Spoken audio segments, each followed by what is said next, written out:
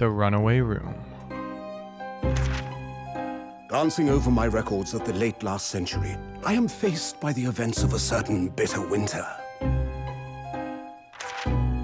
A murder in a carriage as it sped through dense London fog in the dead of night.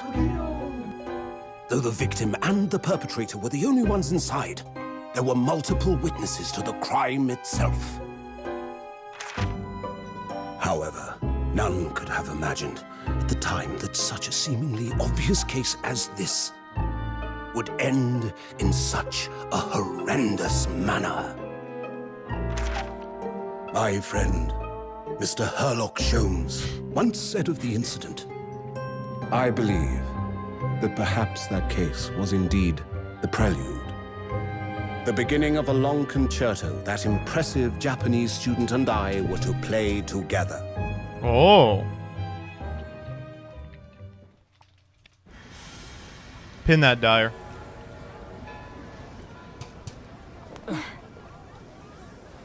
Oh! Amazing.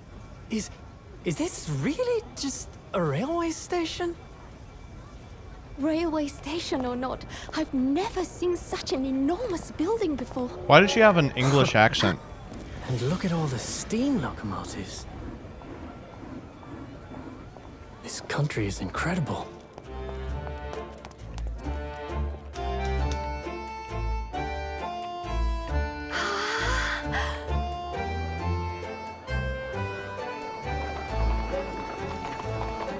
Brian's Cocoa, the best in my ass. I feel like I'm dreaming. So this is the capital of Great Britain. So, where to? Oh, hello. Climb aboard. I'll take you wherever you want to go. In that case, the Supreme Court in Whitehall, if you wouldn't mind.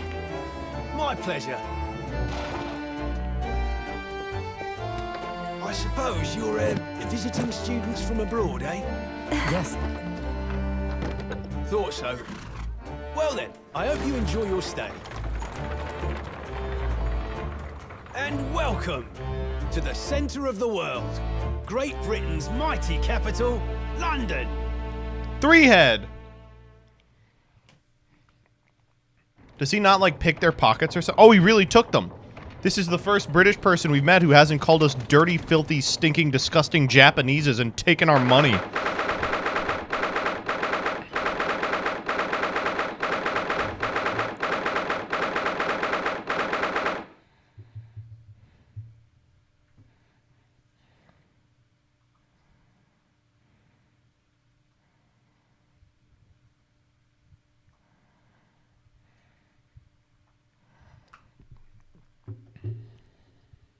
Why is there a bunch of clockwork here?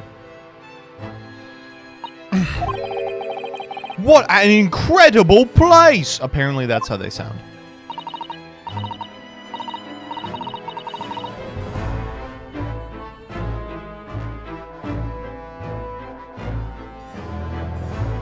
It's so imposing, it's almost suffocating. This place is breathtaking!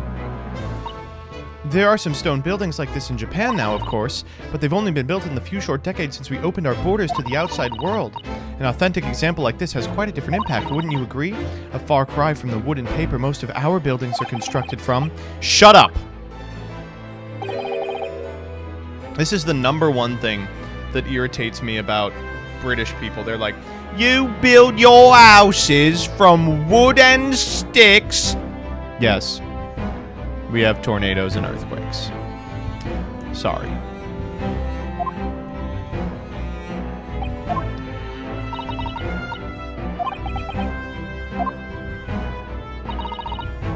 Concrete in a tornado becomes shrapnel. We had instructions to report here this time. If circumstances were different, we were supposed to let the Lord Chief Justice know we had arrived from Japan. But Kazuma can't. No, so instead we are here in a different capacity. As envoys to report the news of Kazuma-sama's death. Okay. If we want to remain here in Great Britain, I have to take Kazuma's place as the law student selected for the study tour. Yes. Which means you need the requisite qualifications as a lawyer. Which is what I've been studying for. Here in Great Britain, it is the Lord Chief Justice who appoints lawyers. So that's the second reason why we're here, to have you officially recognized as a lawyer. Okay.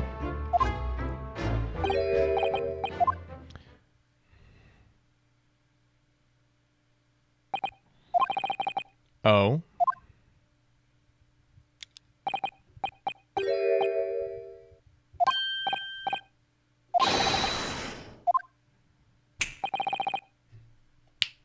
Everyone here snaps, huh? So, introductions. I am Mael Strongheart, Lord Chief Justice of the British Empire. Ugh. It's an honor to meet you, Lord Chief Justice Strongheart. I'm Ryunosuke Naruhodo from the Empire of Japan. Well, Mr. Naruhodo, welcome to London, the capital of our glorious British Empire. Ah, yes. Thank you. Okay, good. What are your impressions of our capital so far? How do you like London? It's simply splendid, isn't it, Mr. Naruhodo? Oh. We had a wonderful view of some of London's streets from the carriage on our way here. Everything is so impressive and grand, I must say I'm almost lost for words. I'm glad to hear you like it. The city boasts tramways, piped water and gas, even cables supplying electricity. We spearheaded every revolutionary new technology in the world. Every visitor to London is astounded. Oh, yes. And everyone seems so jolly and full of vigor. Yes. There's much excitement about the upcoming great exhibition we will be hosting here in London. Great exhibition? Oh. Cultural and technological achievements from around the globe are to be exhibited here in our great city. It will be the greatest spectacle of its kind in history, and it will make Paris World's Fair look like a toy shop. Gosh, I can hardly imagine how magnificent it's going to be. Great Britain's capital city is nothing but magnificent. London is the center of the modern world. Okay. The sun will never set on our great empire. That's what they say. Oh, ha ha ha ha. Who gonna tell him? Lord Chief Justice, I think you were expecting a student of law for the study tour, weren't you?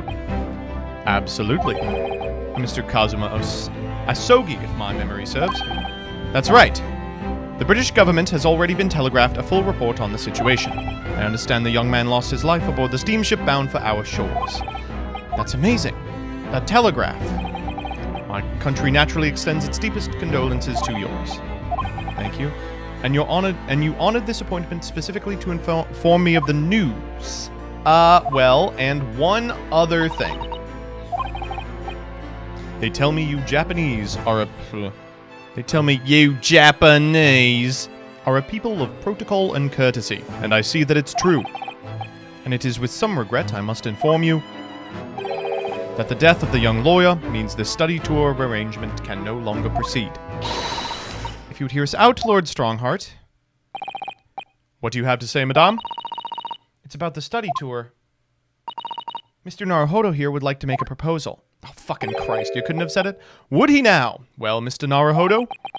Alright, here we go.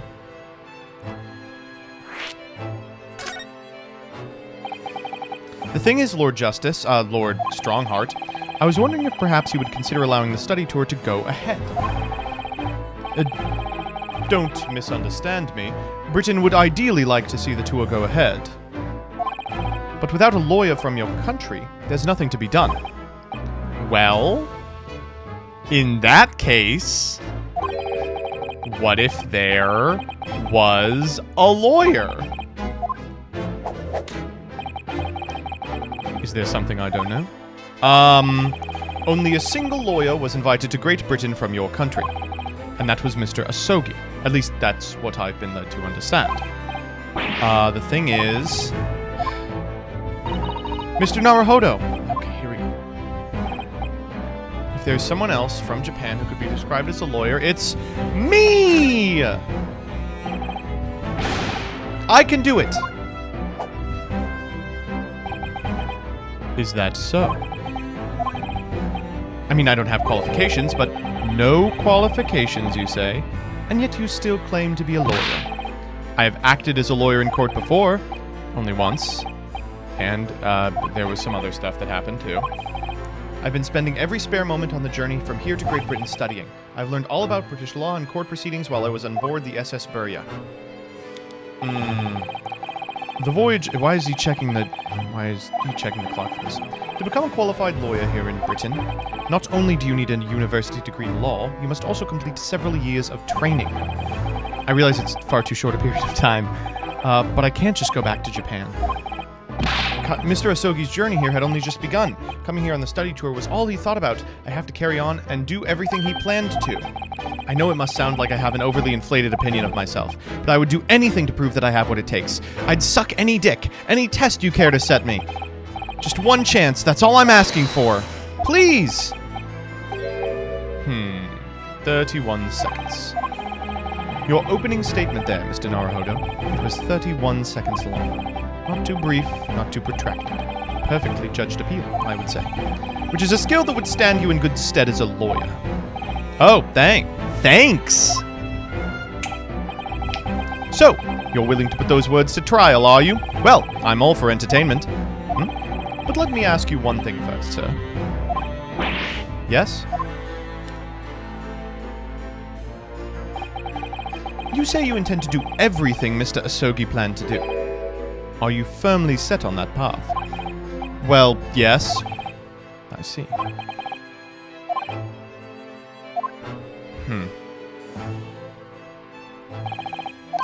Very well. You have your wish. I'll give you a chance. A test to become a specially certified lawyer. Whether you pass or fail is entirely down to you. Really? What's the test? Tell me, Mr. Naruhodo, what do you consider to be the role of a lawyer? Defending people? Let's have you defend someone. Oh, fuck. Your timing is perfect, in fact. There's an apt trial about to begin later today. No advocate has been appointed for the defense as yet, so this will be welcome news. Today? Straight away? If you manage to secure a verdict of not guilty, you'll have passed my test. What could be simpler? Ugh. What sort of trial is it? Murder? Yes, good question. I remember. It's a murder trial. Of course. An extremely simple case, I understand. You really can't lose. But I should mention, just in case, if the defendant is found guilty, he will, of course, be sentenced to capital punishment. Oh, right, I forgot. This is a savage nation. Here in Great Britain, murderers are sent to the gallows without exception. Presumably, you read that much in your short, sea-based introduction to British law. Yeah. You would be toying with a man's life. I am the Lord Chief Justice, and I've decided it's acceptable.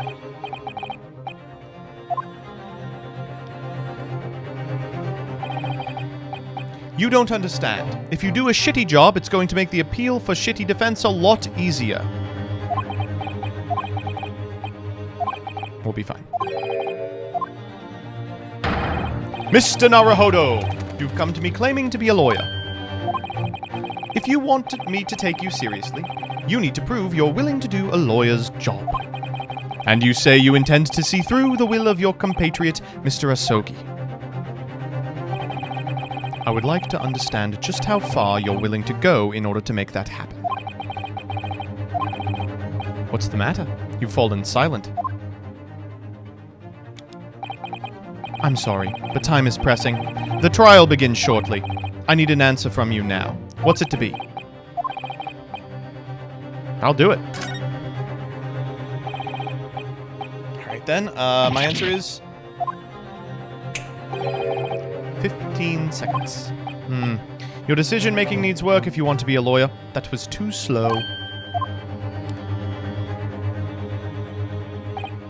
So, it's as I suspected, is it? Sorry? You have noble intentions, but lack the resolve to see them through. The test is cancelled. Thank you for stopping by. Go and acquire your ticket for passage back to East tomorrow. This conversation is over. What the fuck?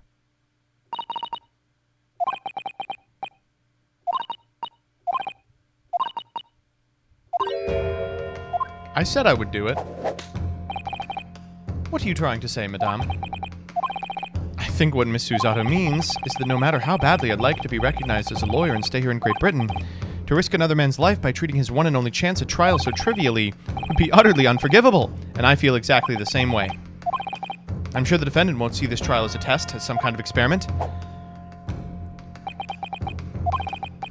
A lawyer may fight for his clients in court day after day, but for each one of those clients, the particular day they stand on the dock may be the only chance they have to fight to prove their innocence. I'm not qualified to do that job yet. I'm sorry for wasting your time, Lord Chief Justice.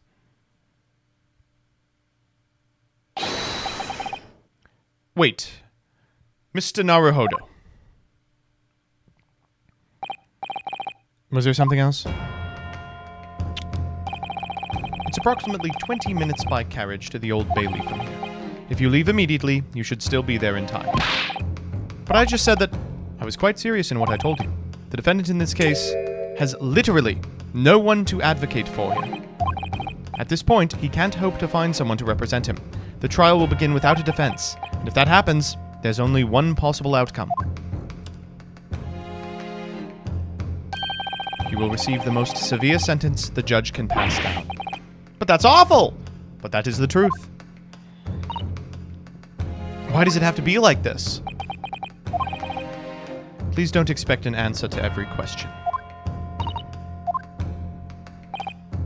The cold, hard truth of the matter is that there is only one person now with a chance to save this man from a very miserable end.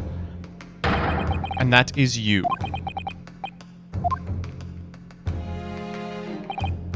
So, what do you say now?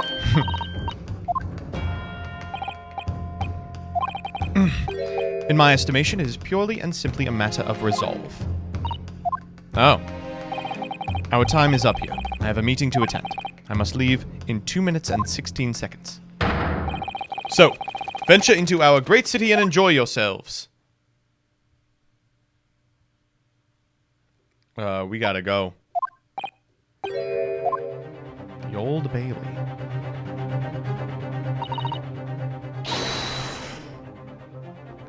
Legal Rights said, I'm not talking about Ace Attorney anymore. IRL, representing yourself literally never ends well for anyone.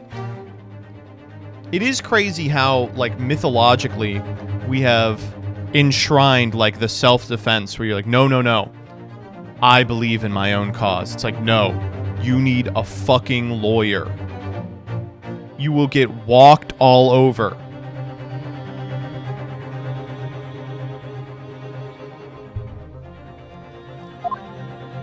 Even if you are a lawyer, you need a lawyer. Not me, I'm built different. Okay.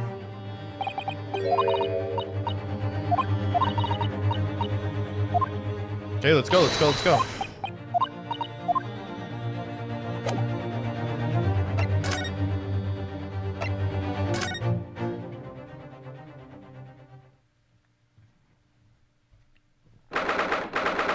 What if I don't show up to court?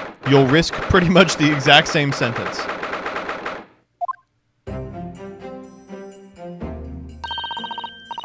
Oh, thank goodness we're in time. There's 15 minutes until the trial begins.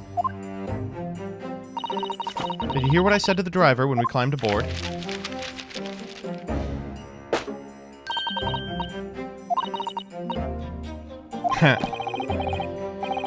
There's a guinea in it for you.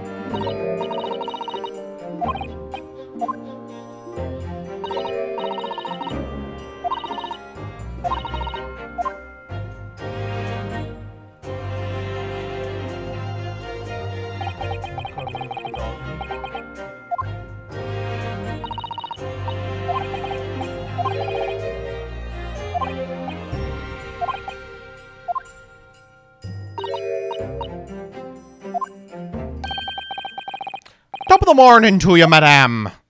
Is it an Irishman? I've decided he's Irish. No, wait.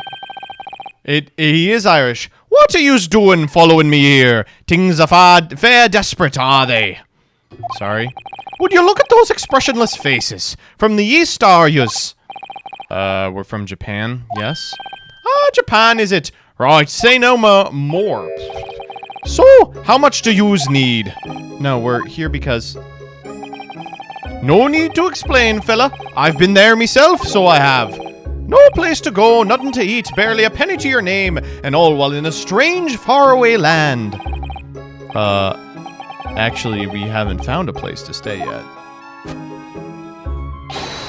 'Tis grand, 'tis grand. Let me start by giving yous 1,000 guineas. Say nothing now. No.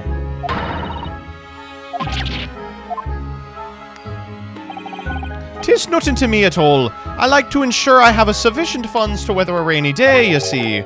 I've enough wealth to buy the City of London 2 or 3 times over. Well, even so, we couldn't accept a large sum of money. I'll take the 1, though. Don't get me wrong, fella. I'm not giving it to you no strings attached. I'll be wanting you to do something for me. Oh? To be honest, 'tis a little embarrassing. The trial that's about to begin, you see, is for me good self here. I'll be in the dock. So now, what I want you to do is come along with me and stand beside me. Officially, you'd be my lawyer, but that's just a little detail now. The thing is, don't worry about a thing. All you have to do is stand up there next to me, nothing more. Otherwise, the trial is going to start without me having any kind of representation at all. So it was true. I'm terribly sorry to have to ask, but does that mean you're the defendant? Blustering blazes! Do yous not know who I am? No. We just got here.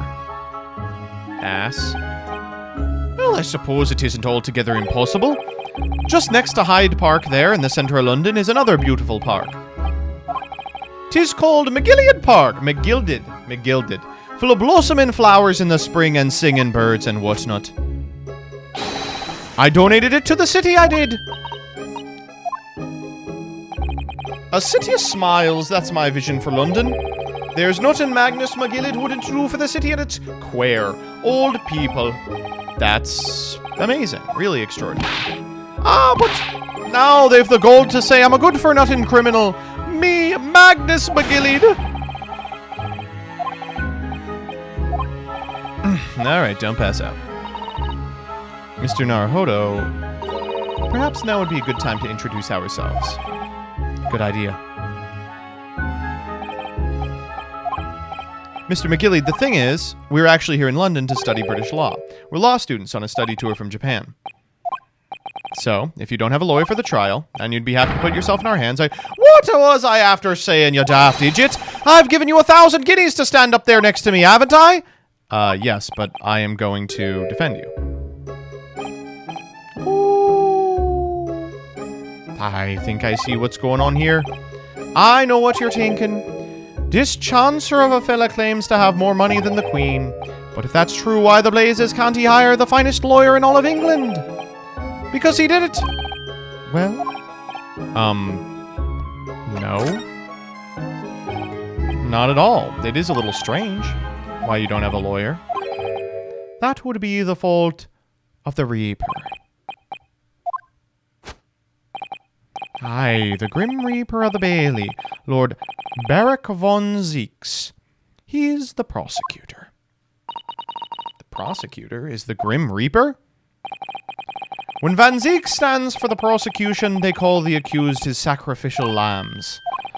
And to this day, in every single trial in which he's been the prosecutor, the accused has been damned. Uh-oh. So it's reached this desperate situation, where there's no one willing to stand in defense of this fella at all. You could say he's a living legend of the Old Bailey. Jesus Christ, we are fucked. Talented isn't the word you're looking for, madam. It's cursed.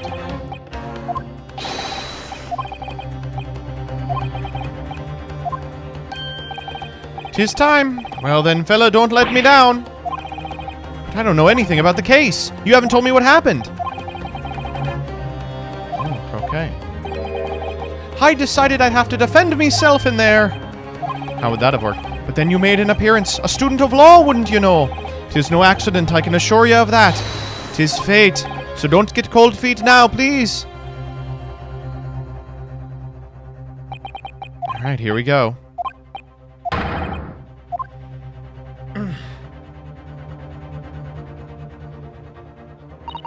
Mr. Naruhodo. Man has no one. He'll have to stand alone in that courtroom, armed with nothing to defend himself. Something that Kazuma would never have allowed to happen. Alright, here we go. I'll be right there. It's happening, then. My first trial in a British court. We're good. We're gonna be fine. We're gonna be fine. Brrr. Wow.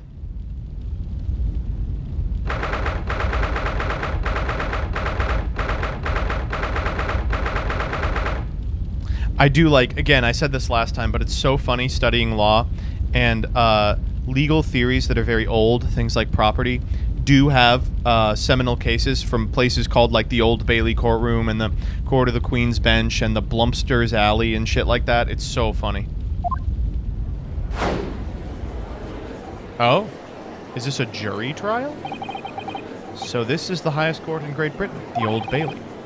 The centuries of history in this place is palpable, isn't it? It's so different from the Supreme Court in Japan. Feels imposing and serene at the same time.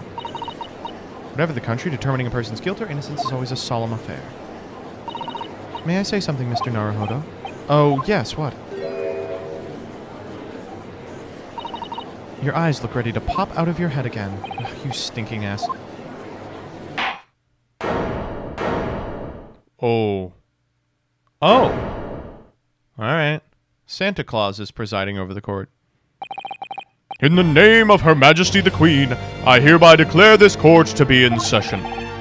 We are here today to determine the guilt or innocence of Mr. Magnus McGilded. I now call upon the counsels for the prosecution and defense.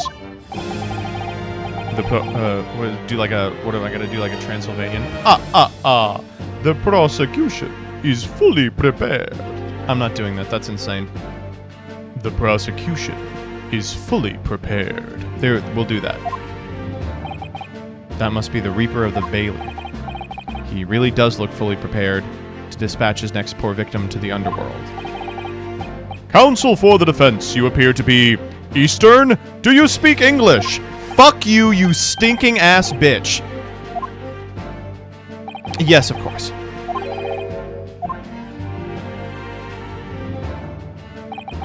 Those eyes please me. Nipponese. Whoa!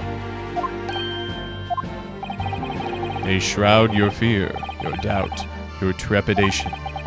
They run wild, clinging to some phantom notion of courage. Watch a lot of anime, do ya? Oh, the glorious Nippon nation. So based and stoic. So full of honor. I'm just a kid. The quintessential look of a sacrificial lamb.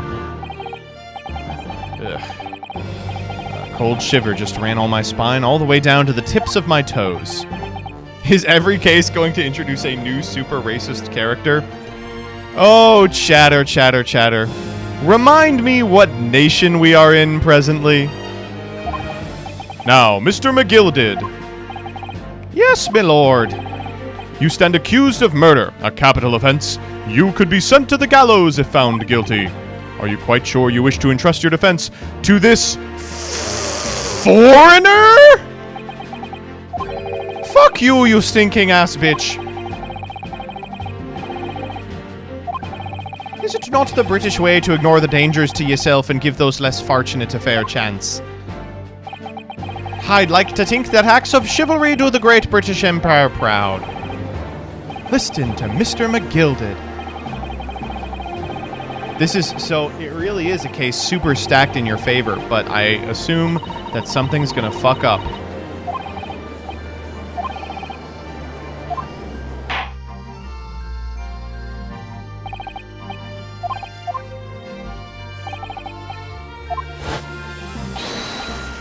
6 members of the public have been selected for your impartiality. Are you ready to proceed?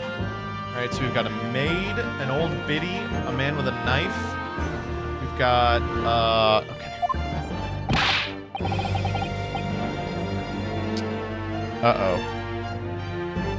I would like to get a different juror, please. I would like to get a different juror, please.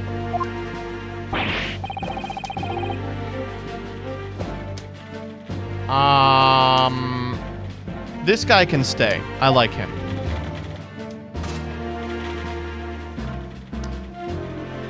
This guy can also stay.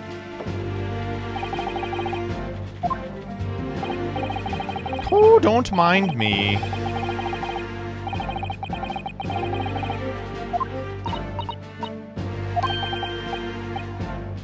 This is something we don't have in Japan yet.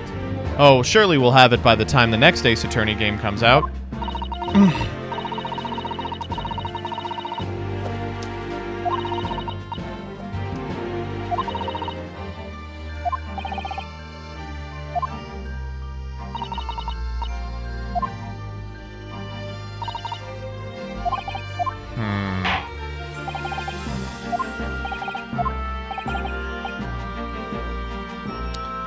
Interesting. I'm known as the Reaper of the Bailey, my lord. Infamy, rather than fame, I would say. But yes, 5 years have passed since I last spread my wings in this capacity. So, what brings you back? Is there some change of circumstance of which the court should be aware?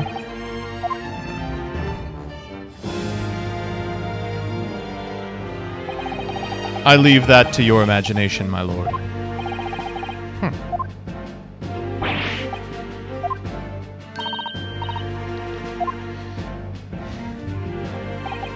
As you wish, sir. The court nevertheless welcomes your return. Now then, opening statements, I think. A summary of the case, if you please. Certainly, my lord. As your lordship is aware, this is a case of overwhelming simplicity. The incident took place in the late evening. 3 days passed.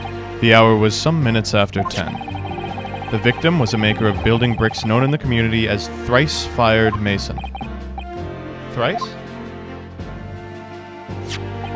He was a very accomplished craftsman. The bricks he fired were said to be almost indestructible. The victim's corpse was discovered in an omnibus in the service of streets of London at the time. A dagger that had been thrust into the victim's abdomen is believed to be the ultimate cause of death. We'll see about that. Pretty much everyone so far has been poisoned. Here is the autopsy report. Thank you, counsel. I shall accept that and the photograph as evidence. All right, let's check it out.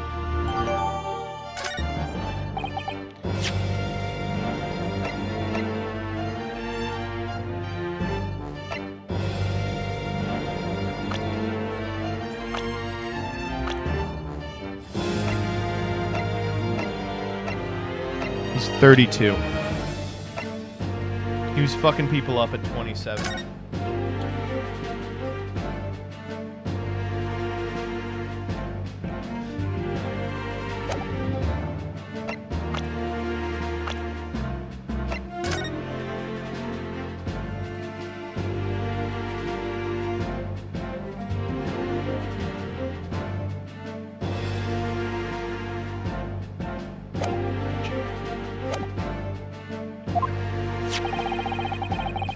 If the glove doesn't fit, you must acquit!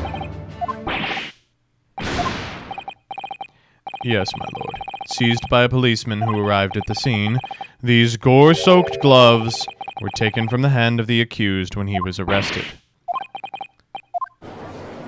Uh-oh.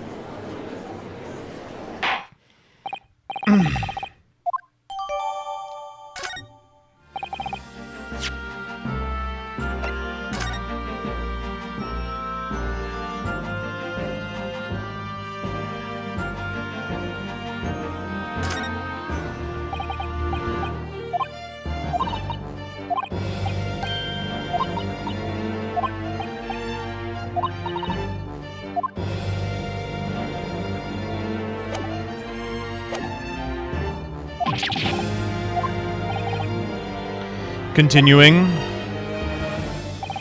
According to the driver of the omnibus, there were only 2 passengers traveling inside his vehicle at the time. One of those passengers was the deceased brickmaker, Mr. Mason. The other? Oh, no, that's not how he points. Oh, wow.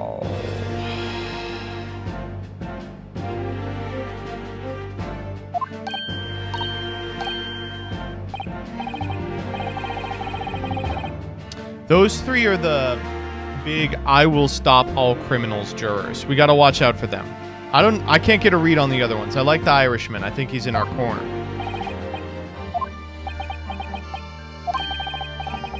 Well, of course, I have no recollection of such a thing. Mr. McGilded?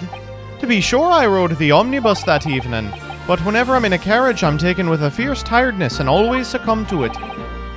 Are you claiming to have been asleep? 'Tis the motion of the carriage, my lord. Lilting, so it is. And when I opened my eyes again, 'twas a desperate sight before me. The body of a man I'd never laid eyes before in me life. Now I ask yous, what good-hearted soul wouldn't rush to help a fella bleeding from his stomach? I wasn't about to start worrying about me gloves now, was I? That's a pretty good point. Okay. I feel good. I feel less good. That statement of the driver's is only the beginning.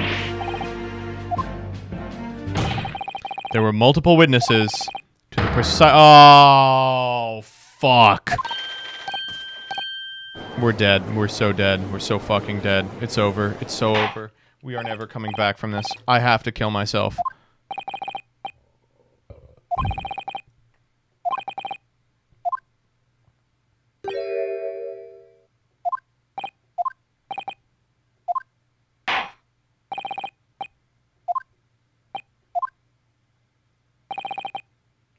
Your wish is my command. Bailiff, bring the witnesses in at once.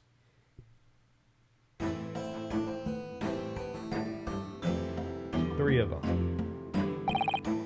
Witnesses, names and occupations. My name is, well, everyone calls me Beppo. I drive an omnibus in the East End. Bruce Fairplay. I'm a banker in the city. My name's First. Lady First. Lady First? Stupid. I, make hats. Let's begin by confirming the facts. 3 days ago, a short time after 10 o'clock in the evening, all of you present in the stand were in an omnibus and witnessed the aforementioned event. Is that correct? Yes, sir. Quite right. Yes, sir, that's right, sir. We're fucked.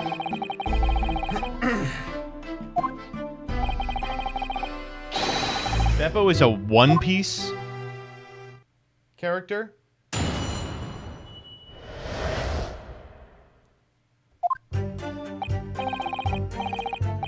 It was the last bus of the evening, so I had few customers. I remember it well. The victim and the man accused of killing him were sat next to each other inside the bus.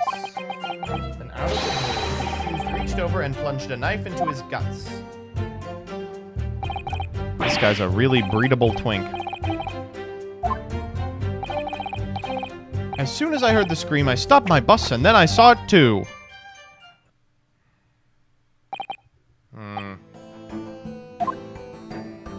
It's a little ambiguous. I'd like to ask a question, if I may? Yes, counsel.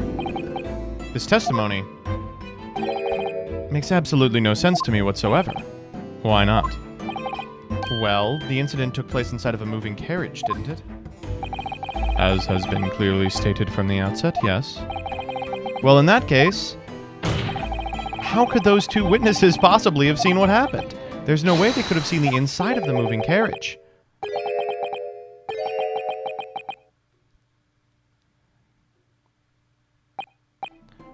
How quaint. I'd read that civilization on the eastern island nations was a good century behind our own. But you're here in London yourself. Are you really so ignorant about our omnibuses? Tell me, my Nipponese friend, Have you traveled in an omnibus? No. We arrived in London this morning. No matter. I've arranged for us all to see for ourselves, the scene of the crime, that is.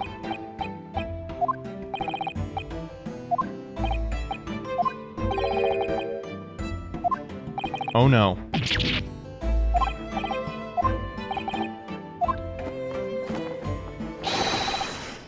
Jesus Christ. Yeah, that's the whole thing.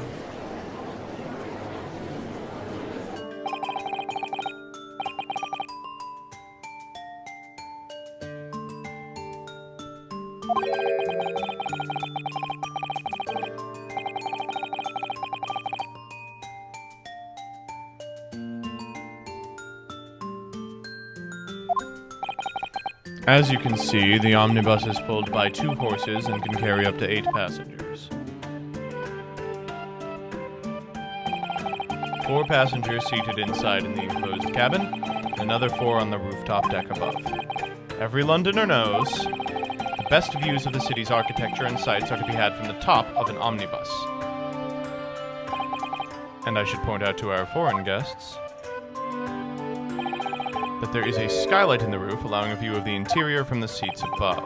I see. The penny drops at last. These 2 gentlemen were occupying the rooftop seats in the omnibus when the murder took place. That is how they came to witness the grim incident through the skylight.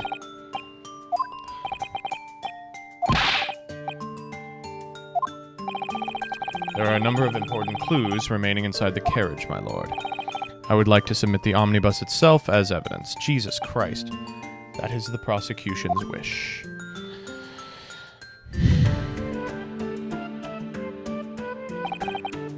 Very well, I see no reason why not. The omnibus is hereby formally accepted as evidence.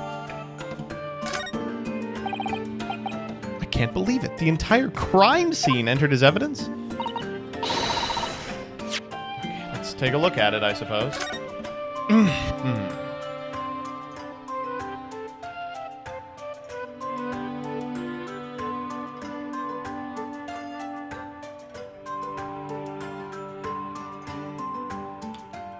What?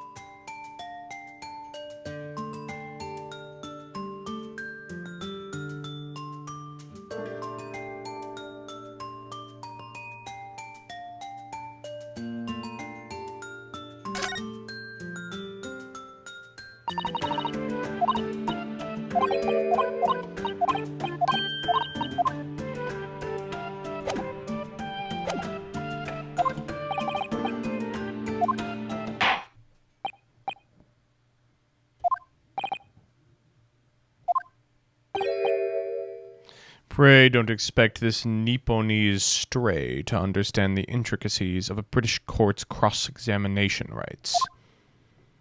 Shut the fuck up, you stinking ass bitch!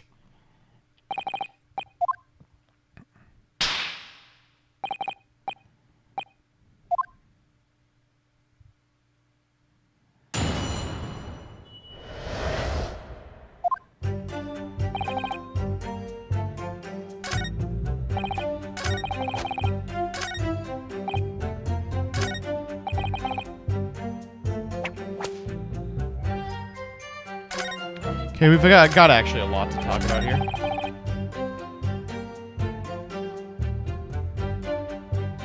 Hold it!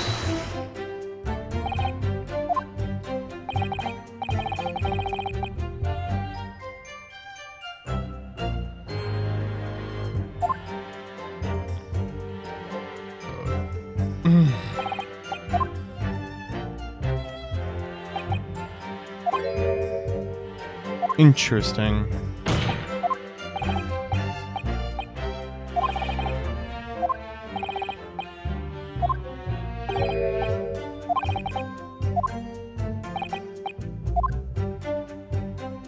I didn't like that answer.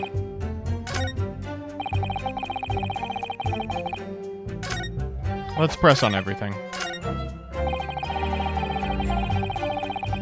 Hold it!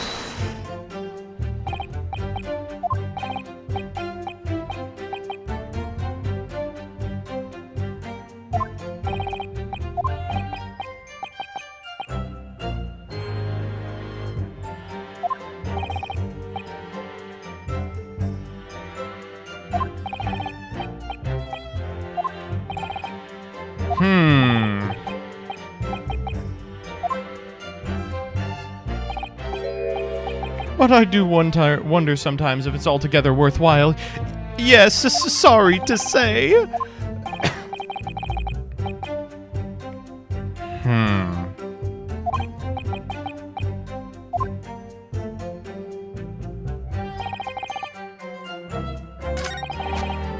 Hold it!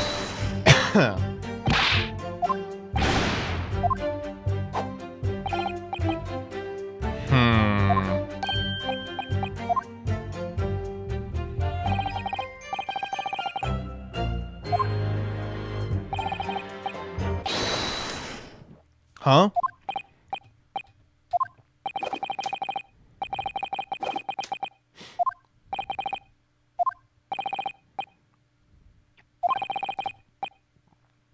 Oh.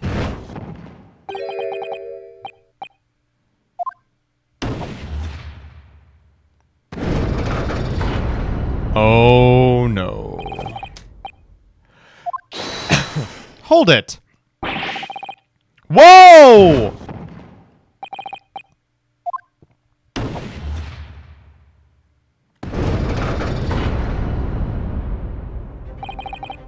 What is happening here?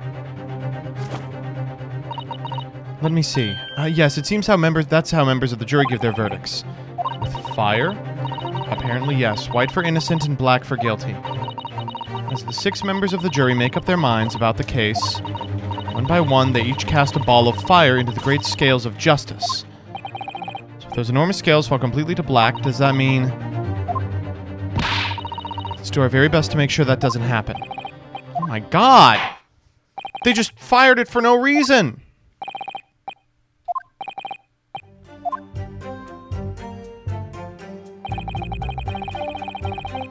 Hold it! He stabbed himself, you say? Sitting up on the roof deck, were you? Yes, that's right, sir. I was up on the roof seats. I was seeing the little gent sitting next to the fellow that was stabbed. Excuse me! Oh!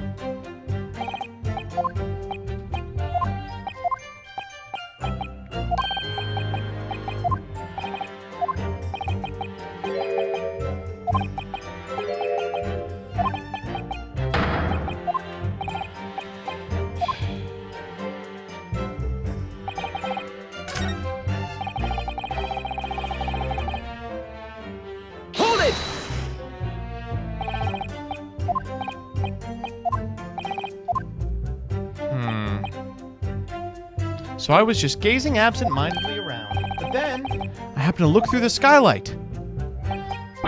It was sticking right out of his belly! That huge, great knife! Oh. So you didn't actually see the moment. Oh no.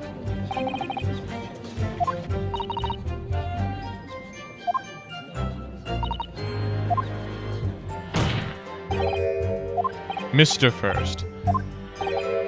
Is this the knife you saw? Oh, good grief! Yes, that's it! Oh my god.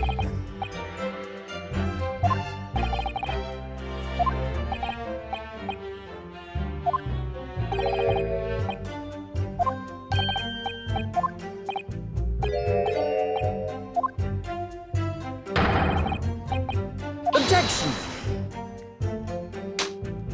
Ah, come on. But there are M's everywhere. Like in Mason. Oh! This blade is far too extravagant for a poor brickmaker to have owned. No! This weapon of murder almost certainly belongs to the accused. Not conclusive, but compelling.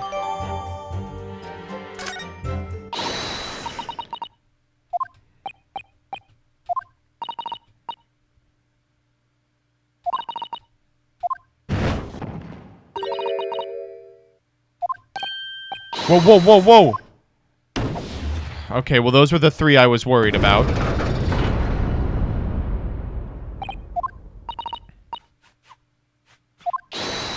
Hold it.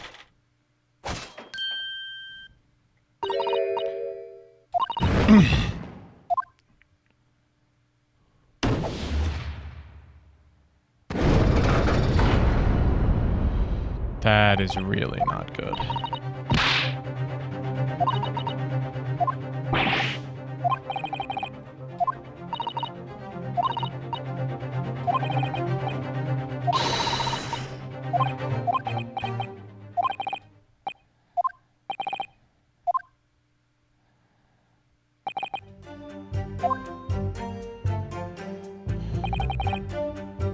Hold it!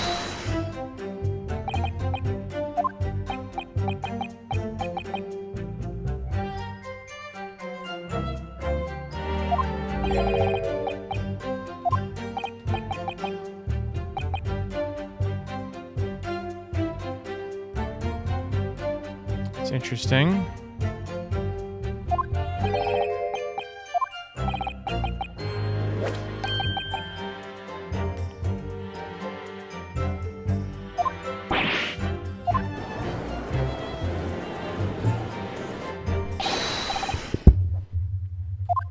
Oh no, come on.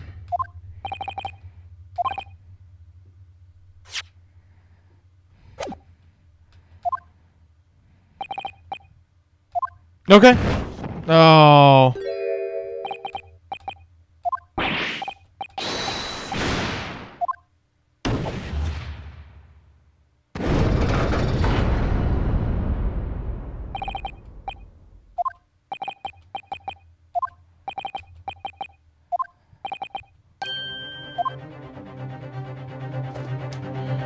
God damn it.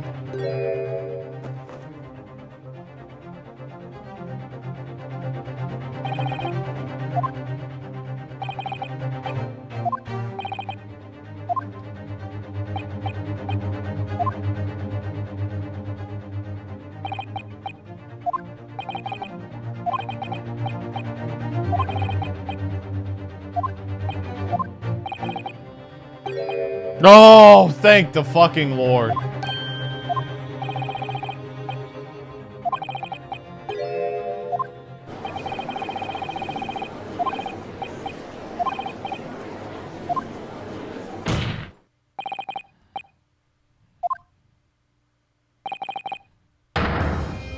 Oh no.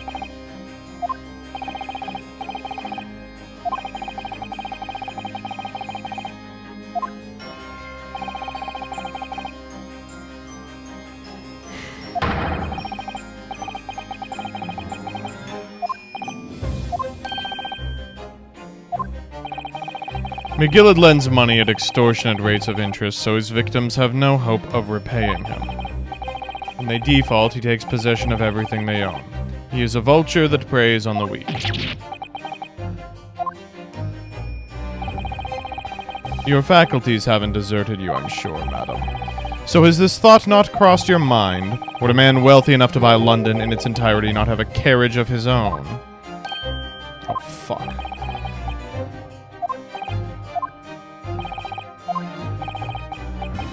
The victim, a poor brickmaker, had next to nothing to his name, save considerable financial liability. It will come as no surprise that the creditor was the accused, Magnus McGilded. Whoa! Founder's badge in chat. Holy shit, hello. But let it also be known, the very day Mr. Mason was killed, it was the final repayment date for his debts. Good gracious! The brickmaker was destitute. He had lost his house, he had not a shilling with which to repay his debt. And in the end, this pitiful soul had the very last thing he owned taken from him. His life. By this merciless philanthropic pretender, Magnus McGilded. Hold it! Jesus Christ. If I might add something briefly. Your claim that the victim had been lent money by Mr. McGilded. Where is the evidence?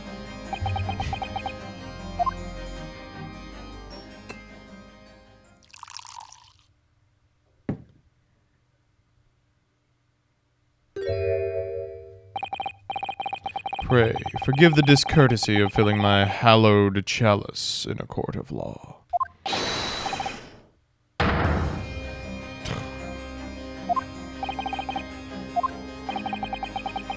But I find myself in unexpectedly good humor. I have heard ladies from the Far East could show great courage, but I didn't expect to experience it myself. As judicial assistant to the defense, I'm doing my job. What a pity that your display of courage is in vain. This is the debtor's ledger, which details all monies loaned by the accused. You will find the victim's name clearly recorded inside. Oh, fuck. Allow me to present this ledger as evidence. And pray, forgive the discourtesy of raising my chalice in a toast to the enigmatic East at the same time. Great. Thanks.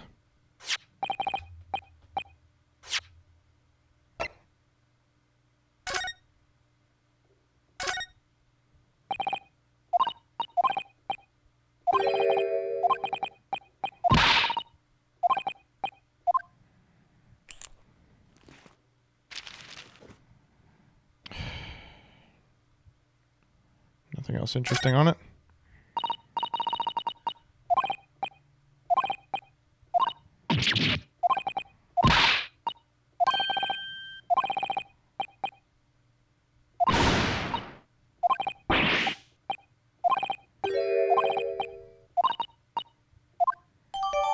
Interesting.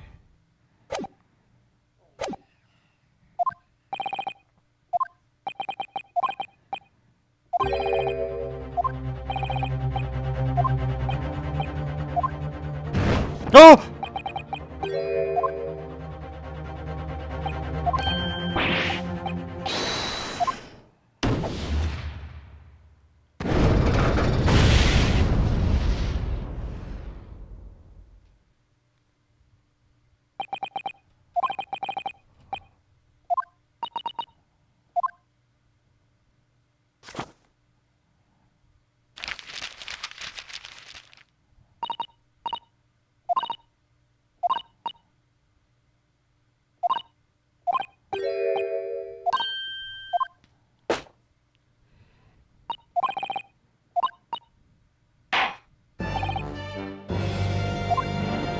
Read faster! Read faster!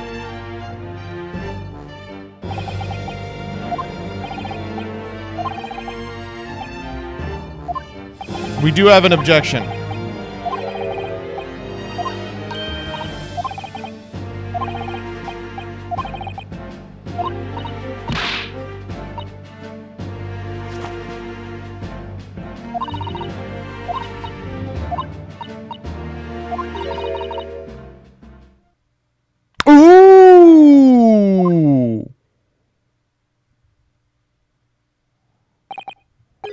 What is that? Objection!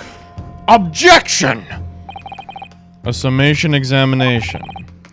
From which century has that tome you have there been resurrected? Judging from the binding, I would say that book is at least 50 years old. Any modern text on British law wouldn't even give such an antiquated procedure a mention. It's a relic, long forgotten and certainly no longer practiced. So you're out of luck. Oh. Fuck off, stinky asshole. What is it?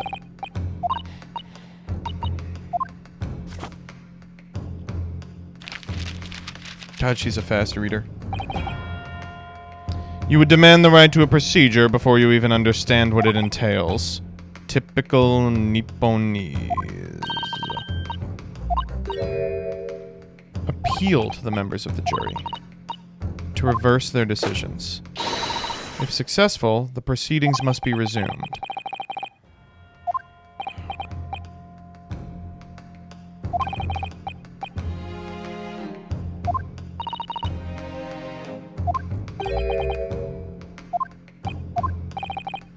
Changing just one member of the jury's mind would be hard enough, let alone several. No self-respecting defense barrister would even assert his right to try in this day and age. Thankfully, I am not a self-respecting defense barrister. What are you suggesting? I'm suggesting that although it may be antiquated and largely forgotten, it isn't yet extinct. What do you think, Mr. Naruhodo? Well, we're out of options, so we'll do it.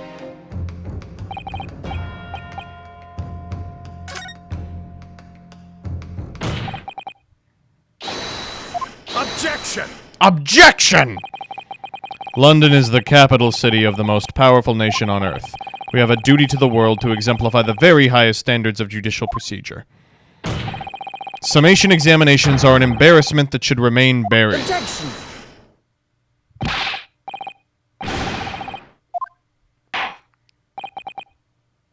Alright, let's try it out. This is madness. I'm not, there was no mention of this in the letter I received, you see, so good. Explain the grounds on which you reached the decision. Well, my lord, you're putting us on the spot. Yep, you're a juror. Love casting spells.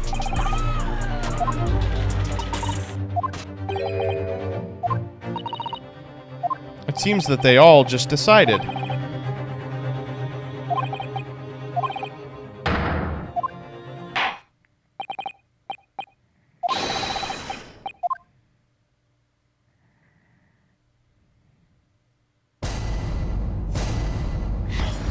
This game is so good.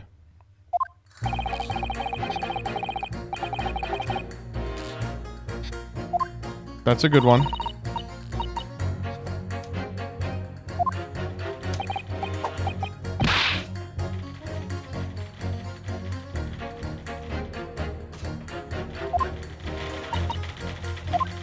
That one we can't get to.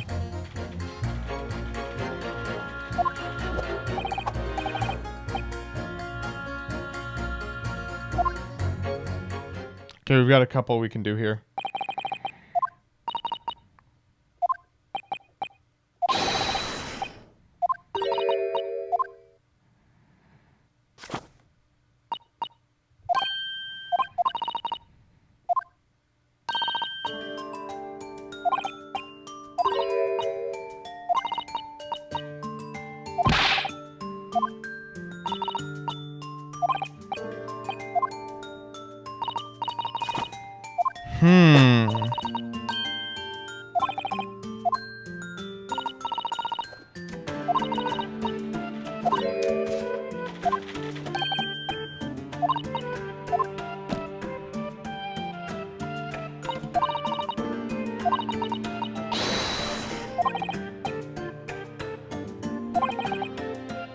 Okay.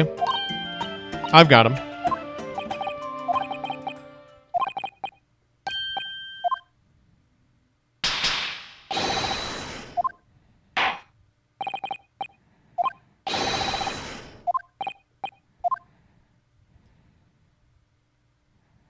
Oh?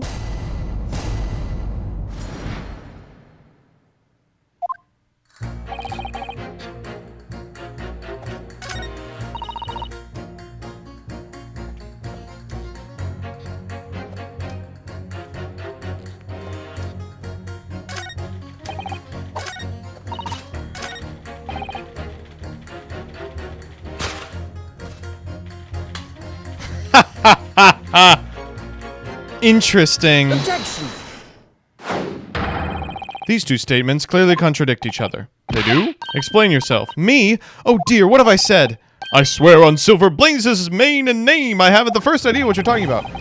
According to the group testimony we've heard so far, there were 4 passengers in the omnibus on the night in question. And according to the coachman Mr. Beppo, he took 20 pence in fares. Right. I'm gay! And juror number 5 told us the following. The fare for the omnibus is 4 pence. That it is, a fair and convenient single price. But that doesn't add up at all. In fact, it leaves a glaring discrepancy in the facts. Why, man, why? 4 passengers paying 4 pence each. If you do the multiplication, it would be 16 pence! It doesn't add up. The figures are different. By 4 pence, in fact. Or precisely 1 person's fare. How interesting. There was another passenger we've heard nothing about! Good gracious! This is so good. This can't be right! The coachmen of the guild are good honest men. Trustworthiness is our watchword. The figures your coachman claims most certainly don't add up. Your watchword is a fallacy. Fuck you, old bitch! Mr. Guildmaster, I think you ought to consider if this trial were to end now, the news will spread all over London. The news that one of your coachmen tried to hide the fact that he lets nefarious characters ride his omnibus. Alright then, how do I make this miserable trial not end? Well, according to my book here, you launch a ball of fire into the innocent side of the set of scales. Now hold your horses there, coachman. We were all in agreement. Wait till I get my hands on you, Beppo. Yes, okay. We're chilling, we're big chilling. 5-1, we can do it.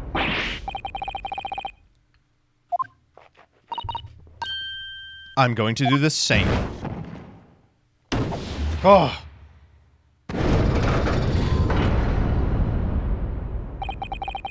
For the love of Mike, not you as well! A penny can be the difference between a smile and a tear, after all. I certainly can't put my trust in someone who doesn't follow my exacting standards in financial matters. Oh, really? I, for one, think it's only proper we hear from the witnesses again. Okay. Whew. My god, I can't believe we did that. Okay. 2 more.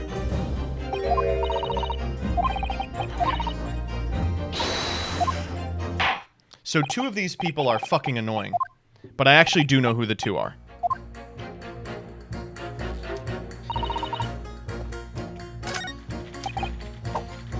No, he did not. Objection! Objection! These 2 statements are completely contradictory. Oh, dearie me. What is all this claptrap? What does contradictory even mean, I ask you? To give these guys voices? Come on. We've heard from more than one witness that they allegedly saw the actual moment when the defendant stabbed the victim. Now, out of curiosity, juror number 3. What? Can't you see I'm busy here? How would you say the defendant stabbed the victim? What sort of motion was it? Wanna test me, do ya? Just like the prim banker said. That was Mr. Fairplay's testimony. Now then, juror number 6. How would you say the defendant stabbed the victim? Oh, well, as far as I understand it, it was like this. He stabbed the floor man after he collapsed on the floor. The coachman said so. Now don't move! Take a look at these 2 jurors.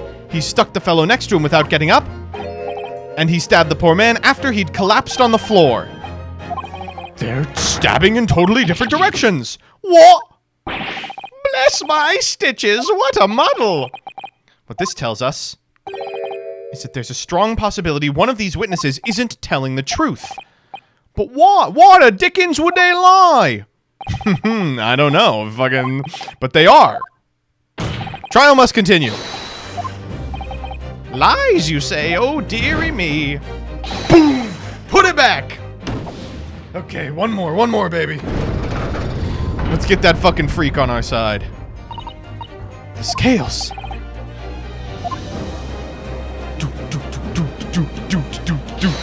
Hold it! Wait!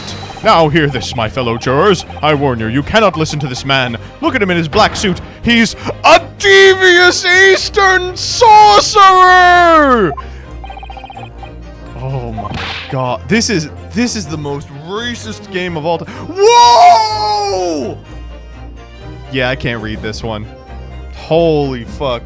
This is actually the most tolerant member of Britain. Holy shit. Oh, Lord. Huh?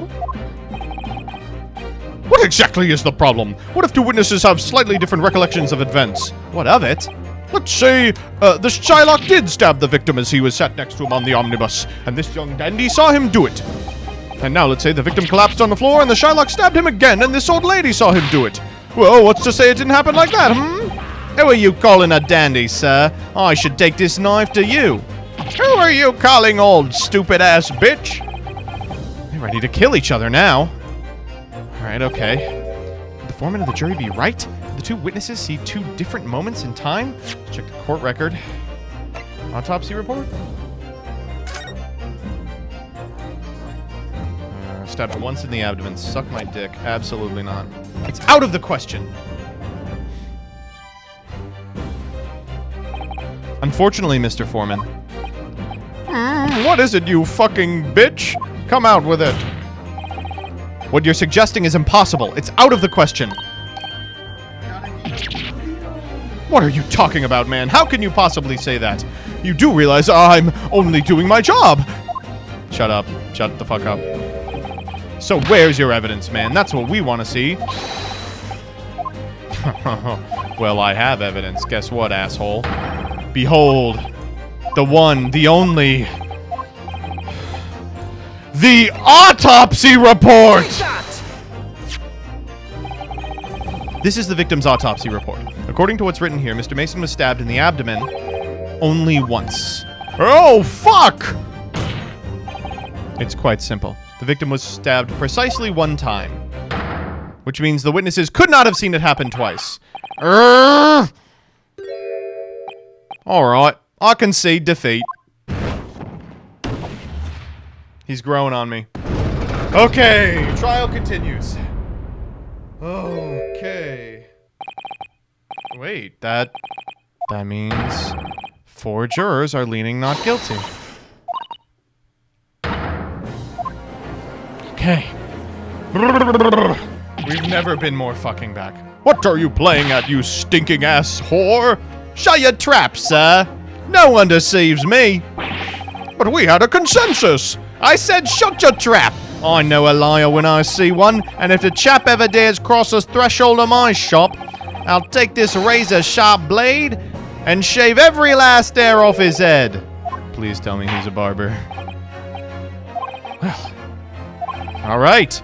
The jurors now stand at 2 for guilty and 4 for not. There is no longer a large enough majority among the jury for me to adjudicate, and the trial must continue. Okay. Well, we beat the auto loss condition.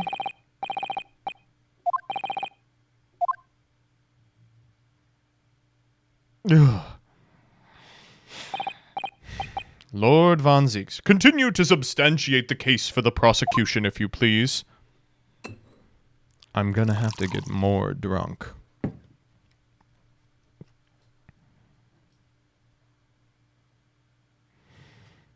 Allegations defeated.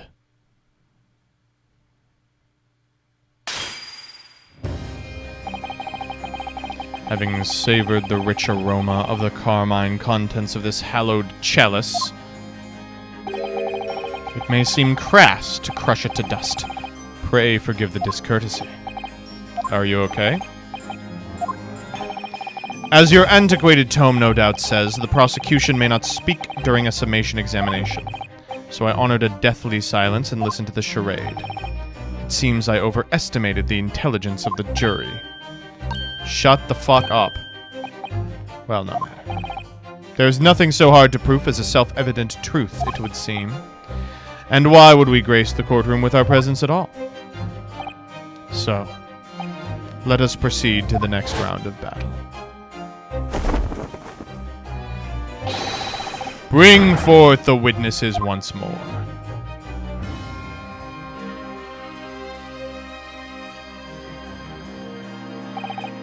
Witnesses, I trust you heard the summation examination we have just had to endure.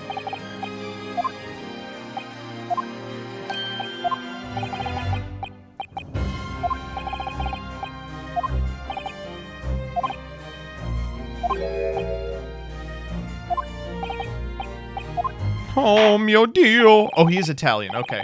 I didn't want to make a presumption based on his name, Beppo, because it's a little racist, but okay.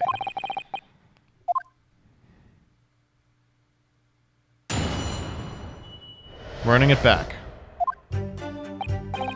I only carried 4 passengers that night.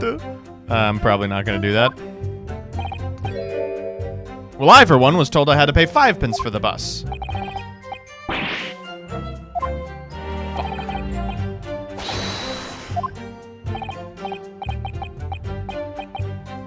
Oh, hello. Well, I've got some sense for it. The person on the very end was trying to conceal that he was hiding a 5th person, and he was like juicing people. Person in the middle owes money to McGilded.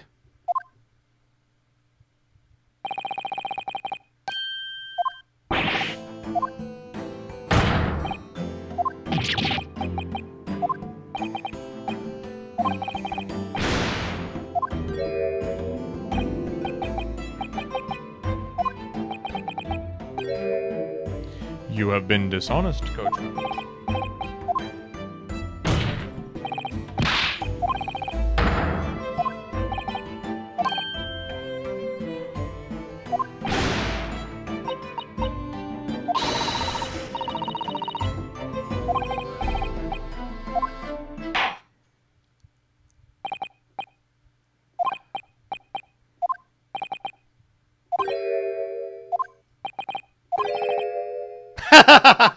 What a great guy.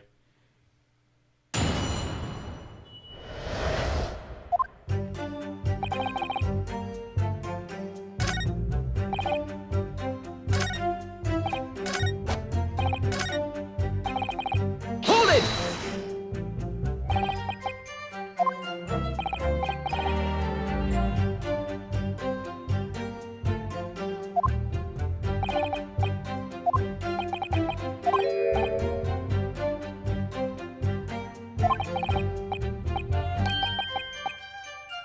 Oh.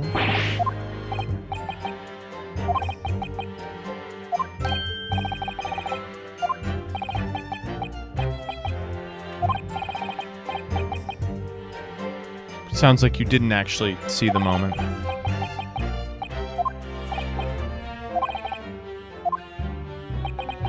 This guy sucks. Struth!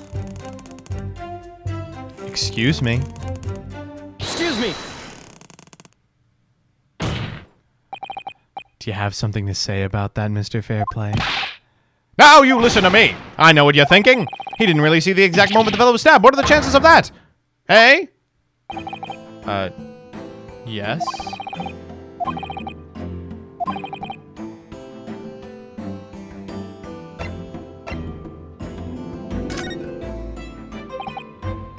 Well, it is a little hard to believe, certainly. Unless you spend your time peeping through a skylight on the top of an omnibus, that is. Peeping? I'm a respectable city banker, I'll have you know. And I know what I saw. I remember it as clear as a Ballarat day. It was a grim scene, I don't mind telling you. Thank you, Mr. Fairplay.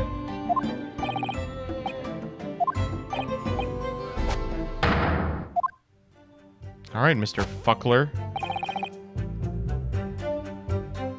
Blood-soaked hands.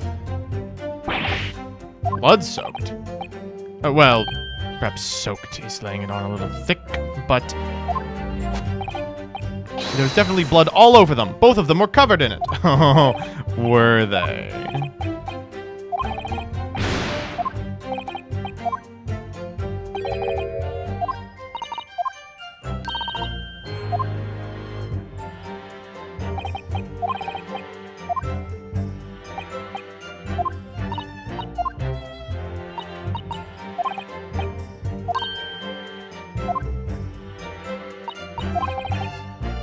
Oh God, they're gonna...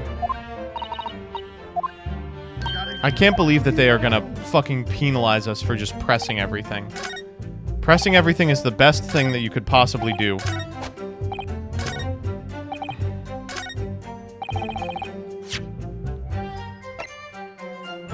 Objection!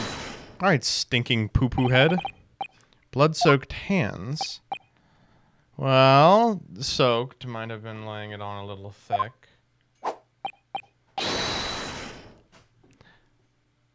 But there was definitely blood all over them. Samson's Sandwich. Thank you for the 5 gifties. I can't believe I missed that.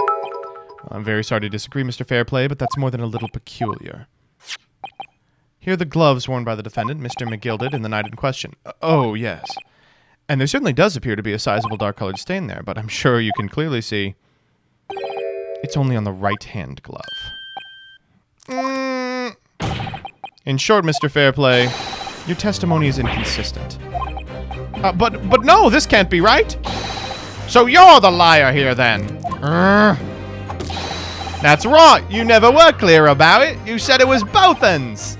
So now we've got 0 people that have seen this man be stabbed. Mr. Fairplay, if your last statement was a lie, it calls your testimony into question. You say you saw the moment the victim was stabbed. Is that the truth? I will... Objection! Okay. It was a simple mistake. You can't justify accusing this man of lying. Yes, it wasn't both hands. It was only one. But the fact remains... the victim's blood was on the accused. Yes, he testified to that. Mr. Fairplay categorically said he saw blood all over both hands, which means there's a possibility this witness was trying to mislead the court. Mr. McGilded hasn't been saying he didn't have blood on his hands. He said he went to go help the guy, and that's how the blood ended up there. I'm a city banker, for pity's sake. My word should be the gold standard. I'm a gentleman, not some gutter snipe. He's claiming to have no reason to lie, but is that the case? No, it's not. I have evidence. Oh, no, no, no!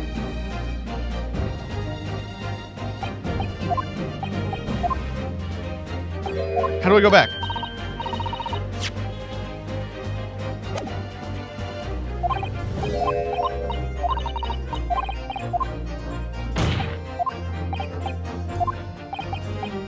Oh, okay. Thank God. You fucker. Okay, that's fine. That's okay. That's okay. We'll take one. That was a misclick. That was a misclick! That was a misinput! You stupid ass. You have no idea what I've been doing. I've been looking at your ledger. This is a list of the debtors who owe money to Mr. McGilded. Yes, a list of innocent victims crippled by the accused extortion. The point is, among of the debtors is your name, Mr. Bruce Fairplay. What? Mr. Fairplay, are you currently indebted financially to the accused? No, well, it's apparently worthy of being called a debt. According to this ledger, you owe 20 guineas. Not an inconsiderable sum of money, wouldn't you say? Well, what of it? Let's suppose Mr. McGilded were to be found guilty of murder. What would become of your debt in that case? Well, these documents state the loan agreement is forged between 2 individual parties. If the creditor was sentenced to capital punishment, all outstanding debts would be annulled. They would cease to exist. How interesting. Mr. Fairplay, is it not the case that you claimed in your testimony to have saw something you never in fact saw in a devious attempt to annul your debt of 20 guineas to the defendant? Oh my God!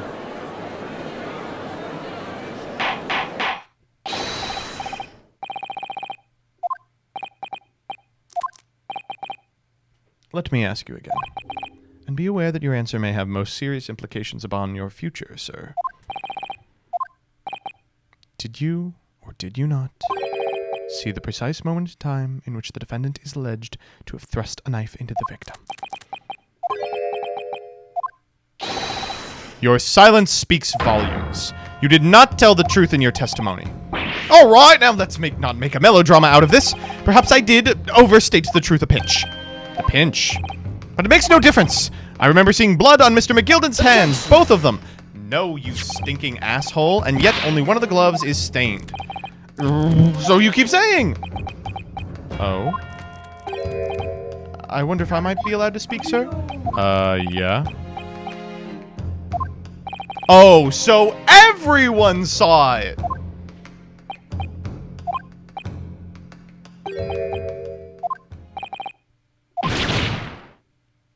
Well, that's not damaging to us. It's just weird.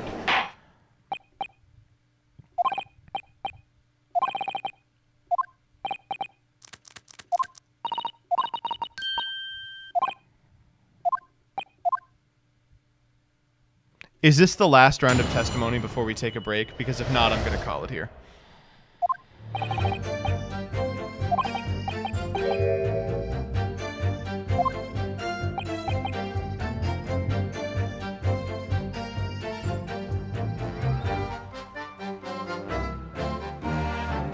Okay, thank you.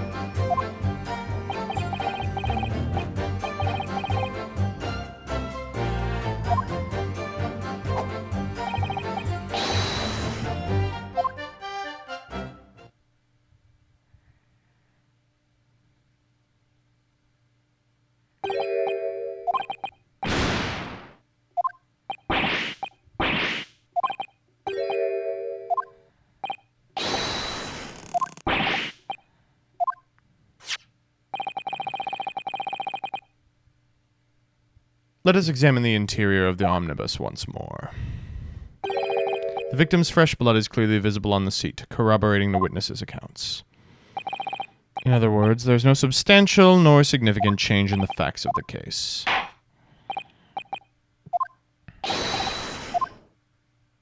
There is still a lot of case left? Alright, we'll call it then. There's a stopping point soon? Alright, we'll go to the stopping point. There was blood on both hands of the same knife. Hold it! The evidence tells us otherwise. We have the gloves.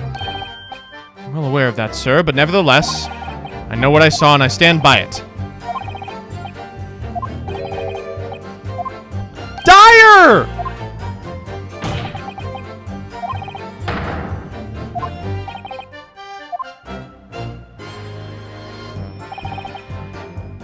Hold it! Don't try to downplay this. But for crying out loud, we all know no one else could possibly do it. I was just trying to save us some time. You're going to prison then.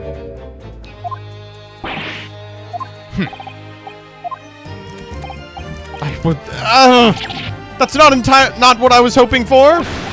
I just lost a little giddy or 10 when I backed the wrong horse in the Derby, that's all. I was gonna win it all back! Oh, good. He's gambaing.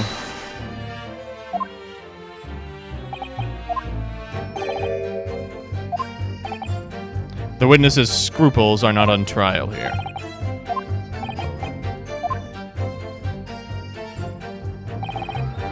Hold it! You definitely saw it too. I know what you're going to say. Only one of the gloves has blood on it. Yes, of course. The thing is, as far as I remember, when I looked down, I don't believe he was wearing gloves. Oh.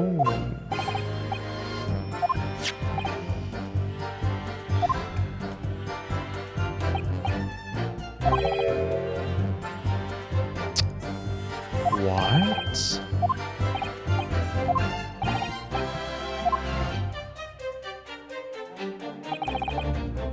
Hold it!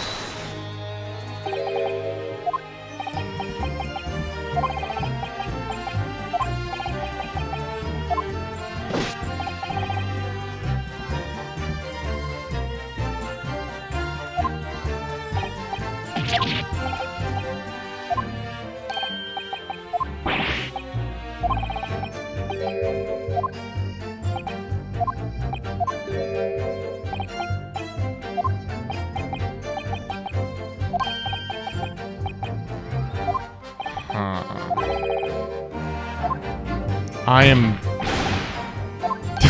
This guy is going to be killed. Hold it!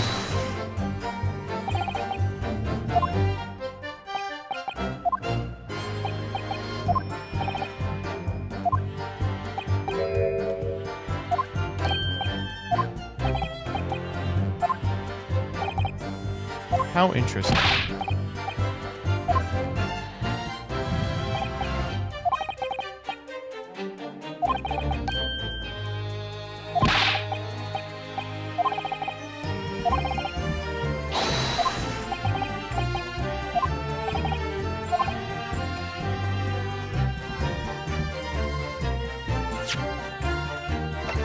Let us check the omnibus once again. I'd like to see how much you can see from the skylight. I believe it's actually not the entire place. Man, it really does say that it is, though.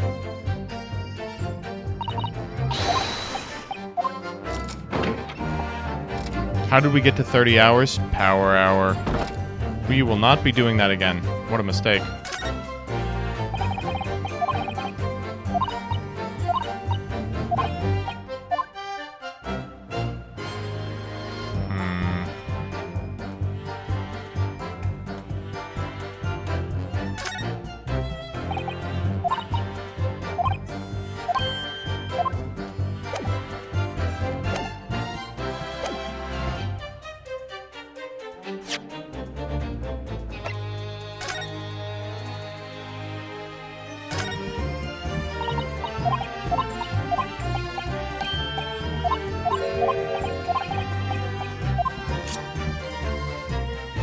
Interesting.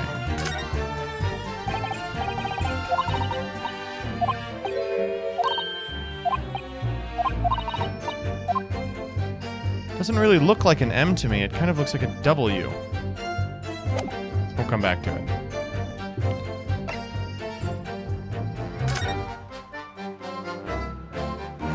No help here.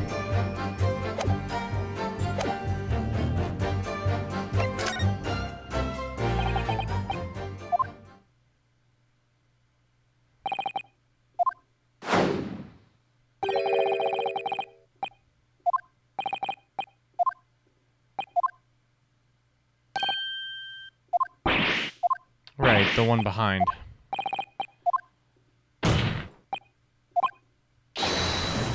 Objection! Objection! I love his objection. He, like, barks it out. Enough hypothetical meandering, my Nipponese friend. The prosecution demands you substantiate your claim. The scene of the crime is here in the flesh.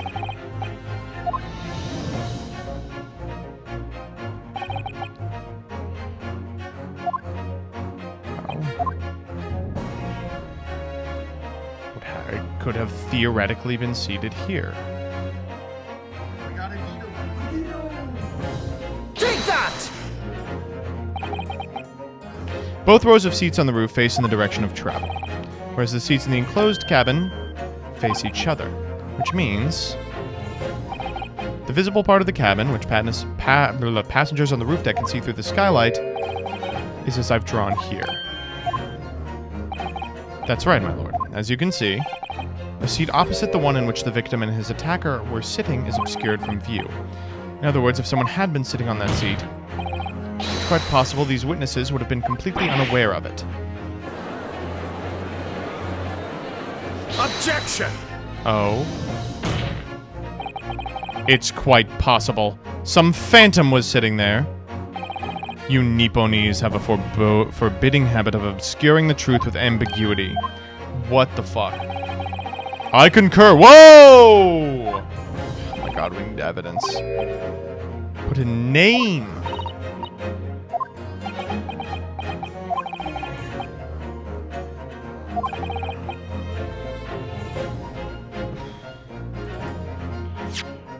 I really don't know.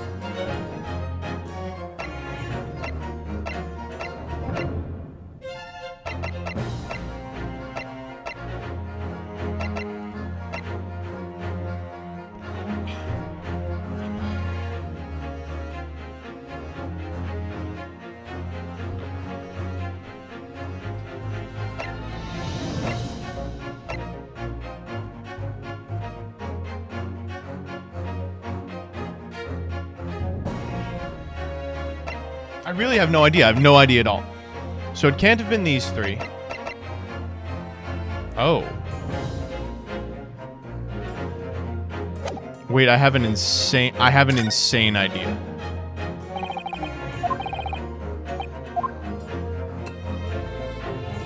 I have two insane ideas.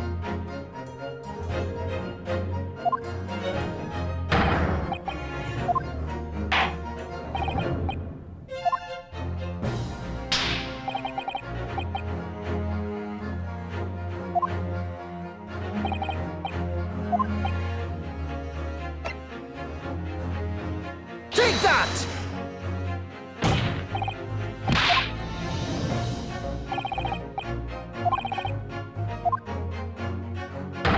Okay, that was a really bad idea.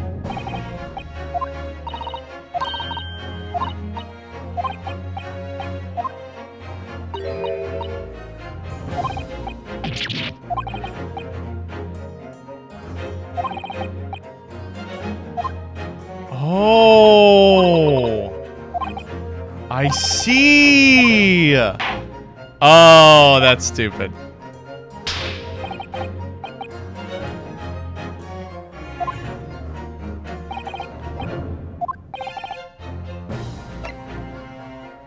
Take that! The passenger in the enclosed cabin, the witnesses on the roof deck failed to see. Has to have been Mr. Magnus McGilded. Mr. McGilded? What are you talking about, counsel? That's the name of the defendant. Susato is so smart. Objection! Oh my god. If I desecrate this chamber by smashing my hollowed chalice... How many hollowed chalices does he have? People talk of those tiny island nations in the Far East as having a learning and culture of their own. But I see they use the terms ill-advisedly. What are you trying to say, bitch? Let me explain in terms that even a student of an artless backwater such as yourself might understand. When the bloody scene unfolded, the victim and his assailant were sitting side by side. Multiple witnesses have attested to that fact. It's the premise upon which the case is built. Yeah, we agree with the premise. If the victim was sitting beside Mr. McGilded, it creates an inconsistency. The defendant's gloves. Both witnesses made the same testimony. They claimed there was blood on both hands. Objection! Yet we know the truth is otherwise. The point is, even in the face of this irrefutable evidence, both witnesses have maintained their stance. They both adamantly swear that they remember seeing blood on both hands. In short, their memory of events is correct, and their testimony reveals the truth. It was somebody else sitting beside the victim that night. A third party we have yet to identify. And the victim's blood was on that passenger's hands, both of them. And who was this third party? Obviously, the culprit!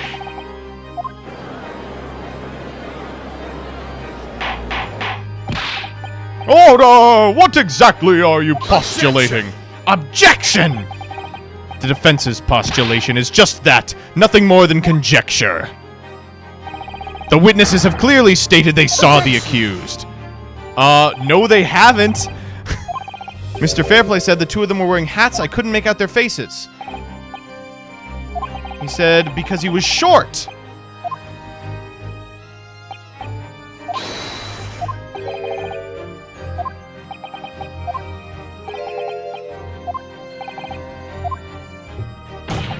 The style of hat makes no difference. There was no third passenger in that cabin.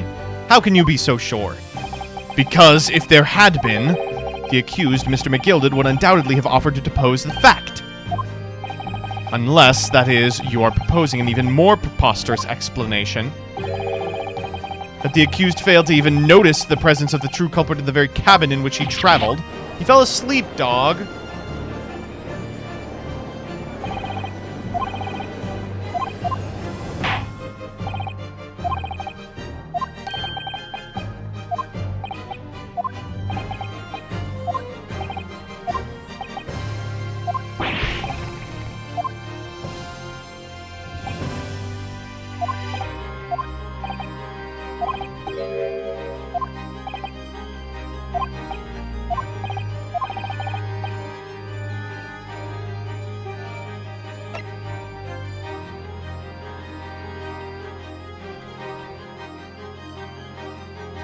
I feel as if we don't have to.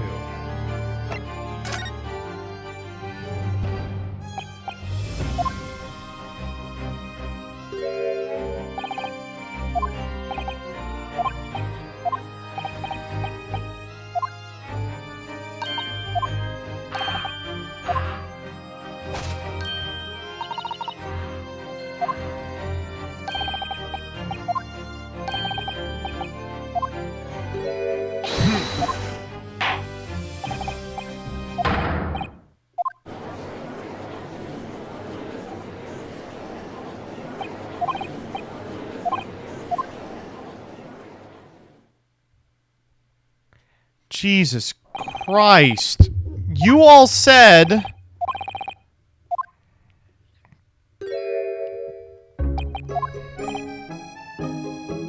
Okay, we can call it here. Alright, okay.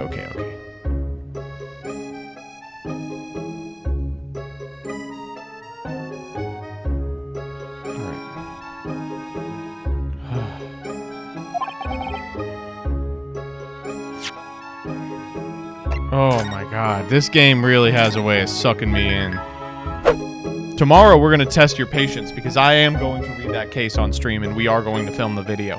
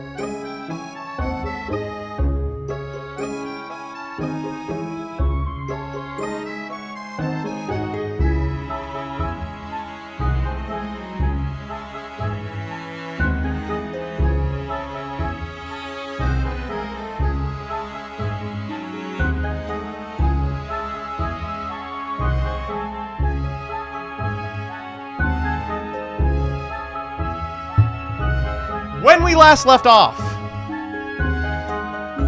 we were about halfway through case number 3. Here's what's going on. We've just utilized a new mechanism for doing cases, which has allowed us to change the opinions of jurors. We were playing against the one, the only Grim Reaper of the Old Bailey. And we are defending our Irish Shylock, Mr. McGilded. Currently, we are speaking about if there was a 5th person in the mechanism where he was seated. Begad, no, 'tis not in my nature to hide anything at all. Just answer the question, please.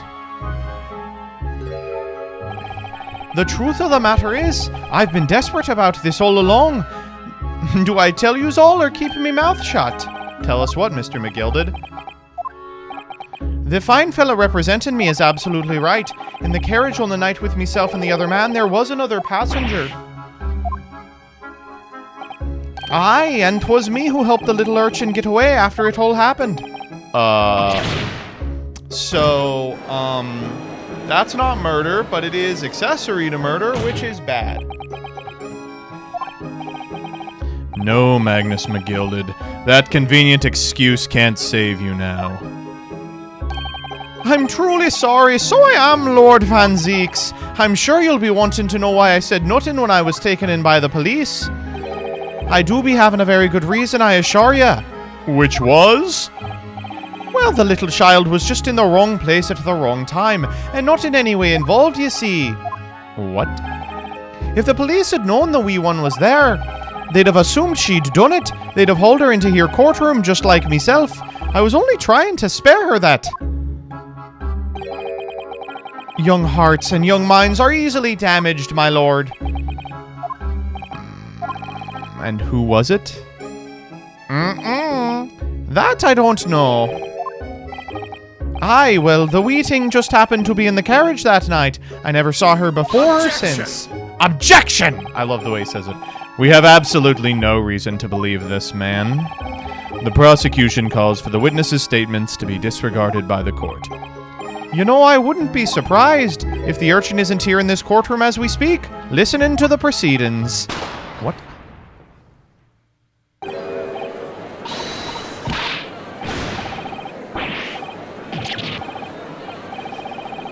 Huh?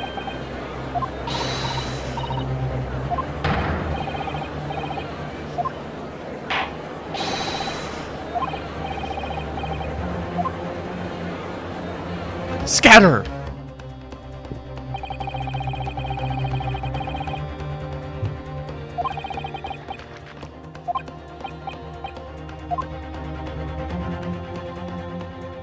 Oh my god! We should have stopped here! Whatever.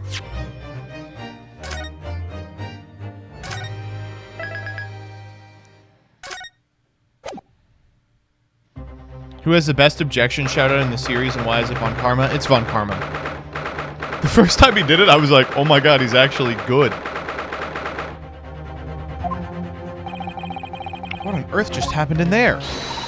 Mr. Naruhodo, I've managed to find out what happened. Miss Susato, I was told it was an advanced form of smoke grenade, a type of exploding device that releases smoke. It sounds like the sort of things the ninjas use.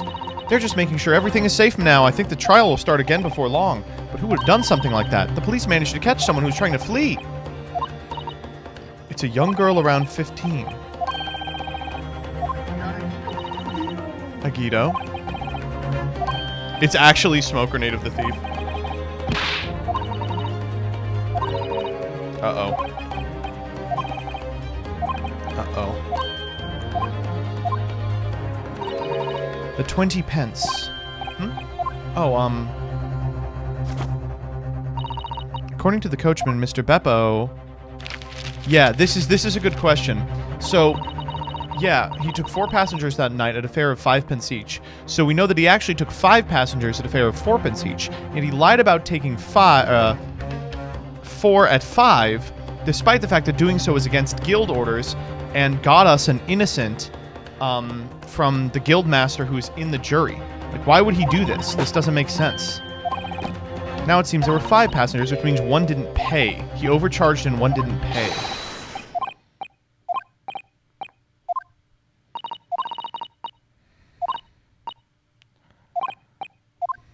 I'm very interested in seeing what happens here. No chatting, I guess? Oh, yeah. So, yeah, no tips, no spoilers, perma, etc., etc. Don't guess. Yeah.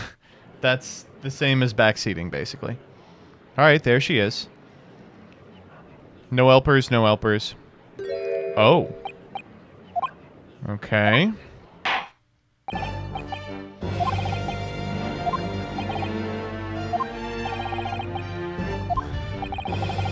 It seems to have been an advanced form of smoke grenade, of the sort typically employed by the army.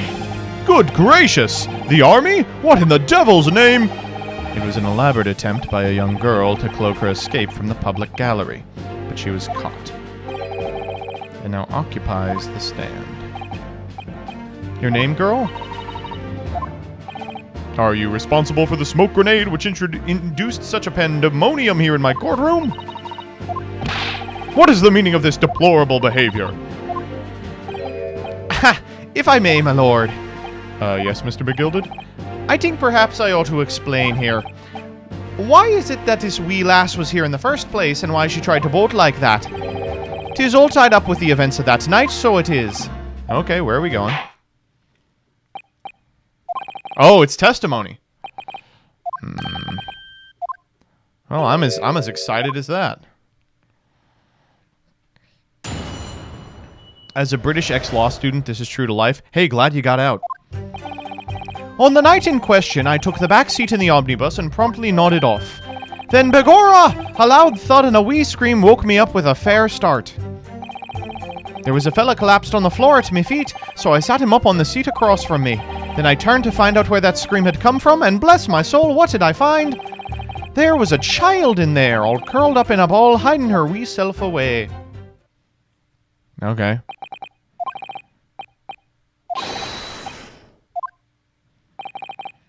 'Tis exactly as defense counsel said. This lass was the 5th passenger, my lord, but she didn't pay.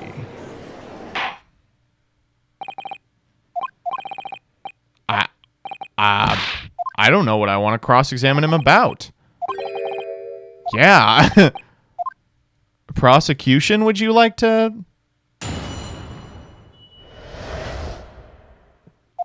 Oh, fuck. We're at 3 health. We didn't get more health back.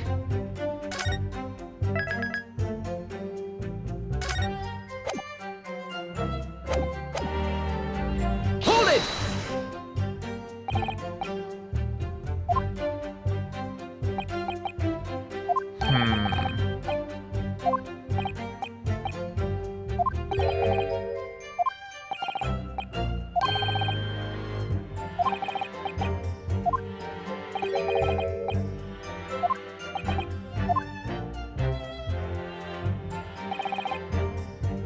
Hold it!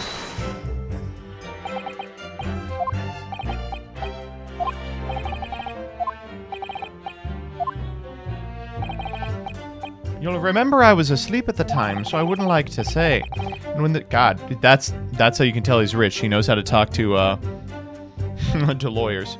And when the sound woke me and I opened my eyes, there wasn't a soul to be seen in the carriage but the fella on the floor.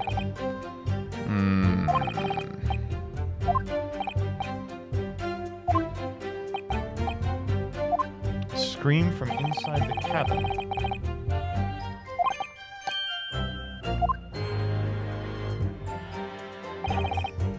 Hold it! You sat him up, the victim? That I did, on the seat across from me, as I said. I could plainly see the poor devil was already gone. And you wouldn't just leave a dead man lying on the floor now, would ya?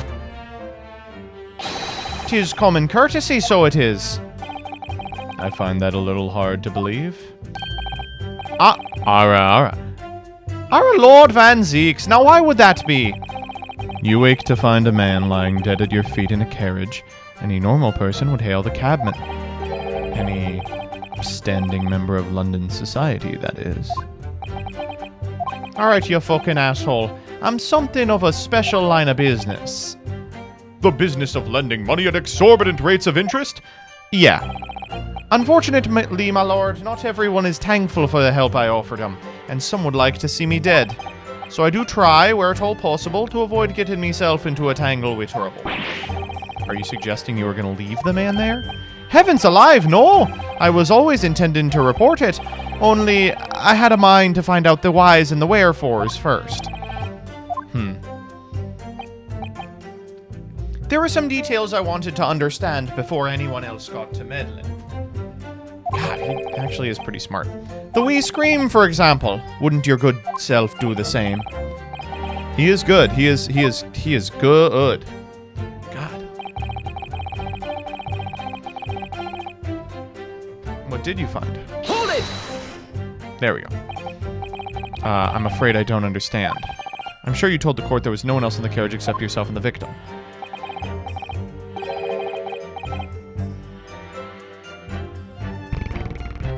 So I did, sir, so I did. As far as I could see, that is. What do you mean by that? Well now, 'tis a queer thing. That's what I say when I read my chat. The wee scream I heard as I woke up.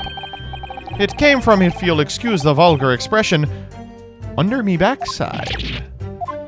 Oh? My little asshole! Oh.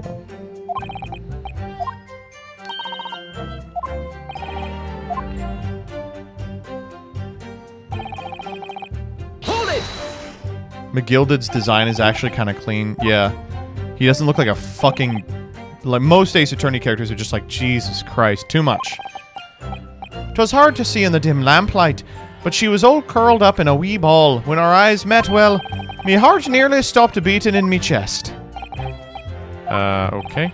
Still and all, I pulled her out from under there and sat her on the seat opposite so I could have a wee chinwag with her.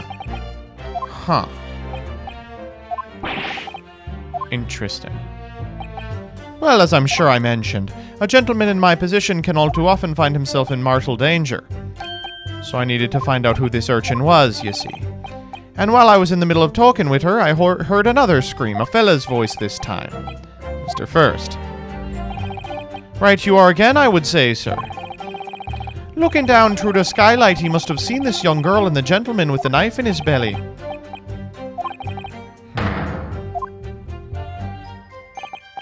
Aye, my lord. I was, as I think everyone understands now, sat at the back of the carriage out of sight.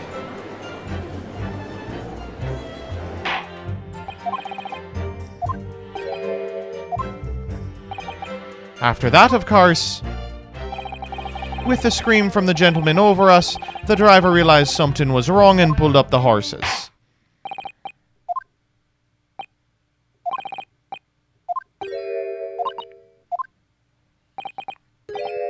Gina Lestrade, my lord. Real quick, let's take a look at this.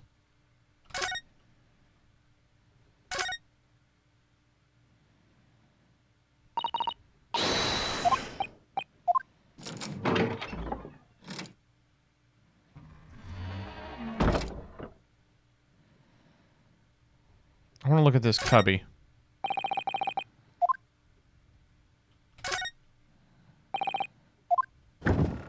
Oh.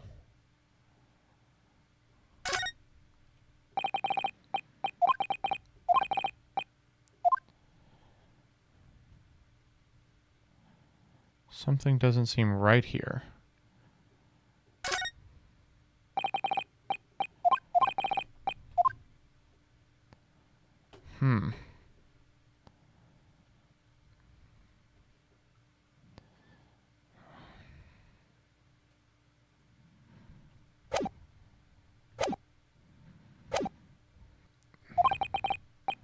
She's a chancer. Earns her crust among large crowds, relieving people of their purses. What's commonly called a pickpocket. This girl here, a petty thief? Order, order! Is this true, Miss Lestrade? Miss Lestrade, you will answer the question. Oh!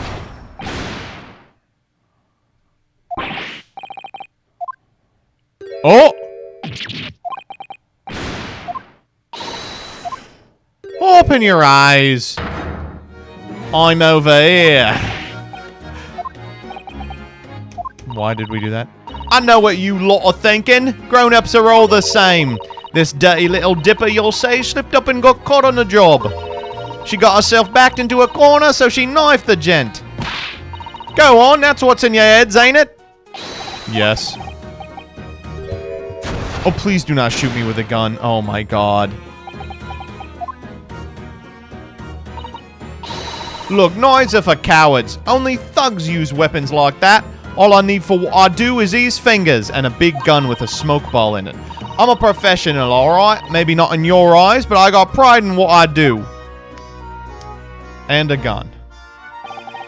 Let me guess. You don't count smoke guns among weapons for thugs? Oh, this? Yeah, this was in a bag I lifted the other day. Down where they keep the four-wheeled drags. It's nice, isn't it? I like the pink best.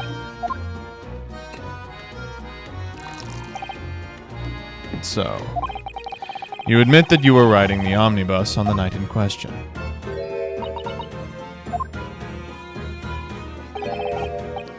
'Tis all right, lass. You can tell him the truth now. Alright, yeah, it's just like the Irishman said. He was Irish. See, I got it right. me voicing a leprechaun for 30 minutes.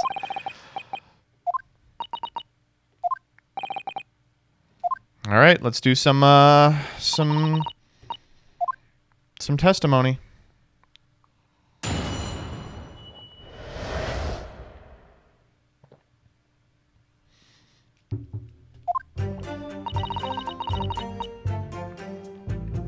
So I snuck inside a carriage before they hooked up the horses, just like always. It was a right old waste of time. I got nothing to show for me troubles that night. You can't see a blind thing in that hiding place. It's pitch in there. And after a while I heard a loud bang. Nearly jumped out my skin, and the scream just came out. Because of that, this swell found me. He did help me get away, mind. Interesting.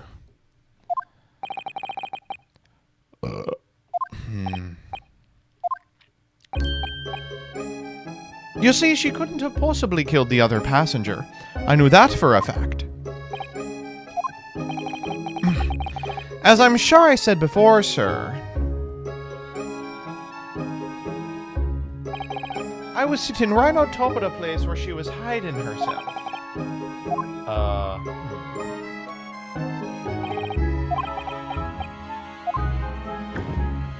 I see. That's the issue. She could have been there for sure.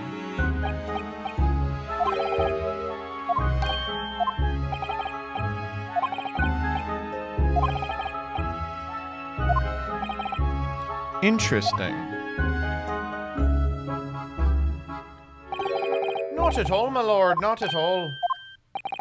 I knew it in my own heart that I was innocent. So I thought it was worth taking the punt on me own good name for the sake of the lass. Wow. Something's going on here. Oh my god, did we get 6? Oh my god, we're done! 6 innocents! Oh no. No, no, no.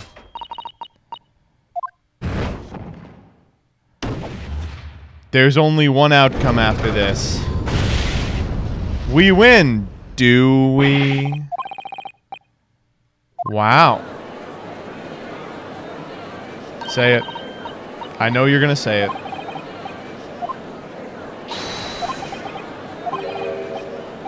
Objection! There it is. Objection! Oh! If the sight of my iron-heeled Wellington offends, pray do forgive the discourtesy. I love that he's already hilarious.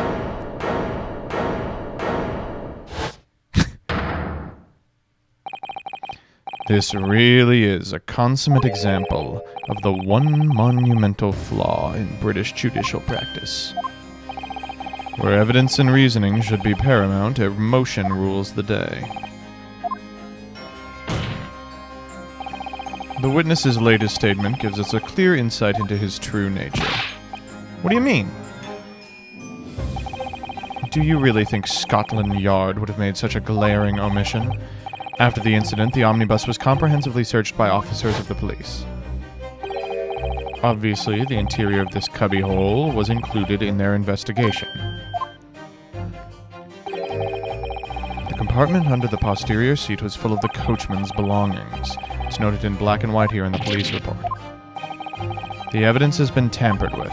In order to corroborate Mr. McGilded's story, someone has unlawfully removed everything from under the seat. Uh-oh. That's not good. Sadie. Naturally, we must acknowledge the deficiencies of the constabulary in allowing this to have happened. However, I assure you, when the omnibus was wheeled into the courtroom this morning, the compartment under the seat was not empty. Well, my Nipponese friend? What? When the carriage was submitted as evidence, doubtless you examined it as in fine detail, as would any self-respecting practitioner of the law. Pray, what did you find the condition of the underseat compartment to be? Fuck, we didn't look. Oh, to be sure, the young gentleman will be able to clear this up in a jiffy. Go ahead, you tell the cart now, fella, how this is all an elaborate excuse by the desperate Lord Van Zeeks.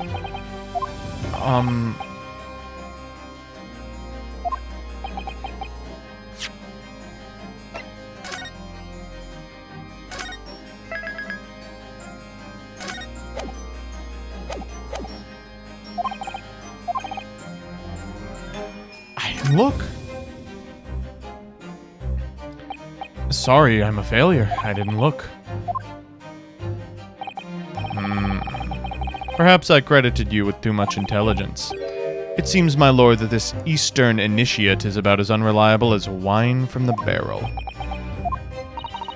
Mr. Naruhodo. Well, now it would seem the argument is moot. And the truth of the matter is there for you all to see, after all.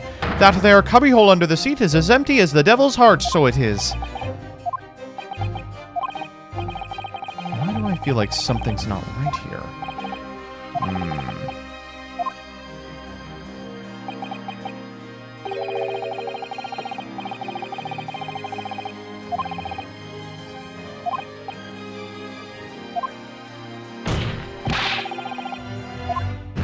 Uh-oh. Fuck. That's fine. That's okay. We can roll with this. I can't believe I was nearly taken in. The stinking rich are always stinkers.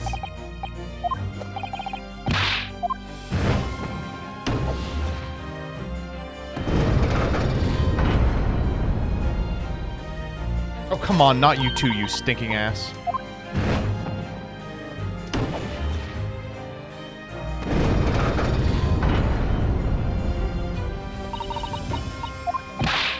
I love that she says, with calm, calculated reasoning, one arrives at the truth every time. She's done it 3 times.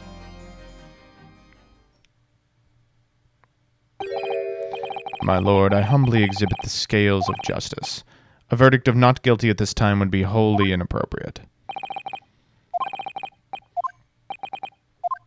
All right.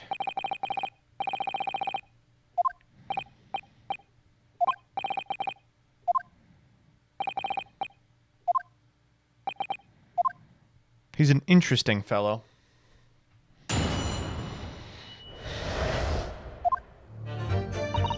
So I snuck inside a carriage before they hooked up. Hold it!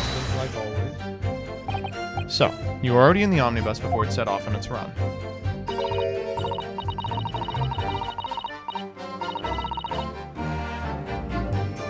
He's good. He's real good.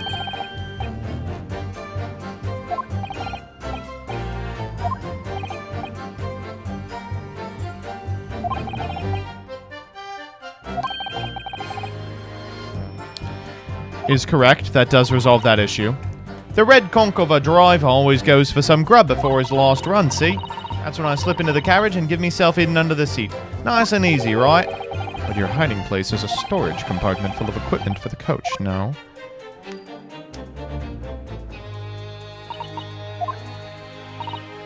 Yeah, it is brushes and buckets and whatnot in there, sure.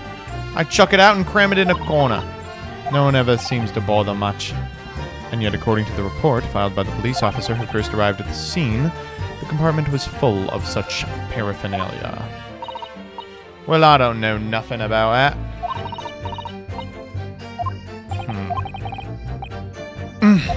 That's an interesting thing to say. Hold it! Nothing? Most nights I'm on me own in a god permit, at least some of the time. Well, that's what I can call it. You could say the omnibus, I suppose. The point is, on any normal run, carriage ain't got no one in it for a while. That night, this cove was sat on me seat from the start. God, he is stoic as all hell. And he didn't budge the whole way, did he? Not 1 inch. I was totally stuck. Yeah. Right, mister?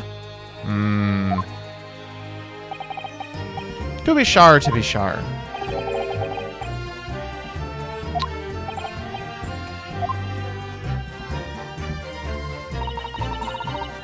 I'll tell you, you can't see a blind thing in that hiding place.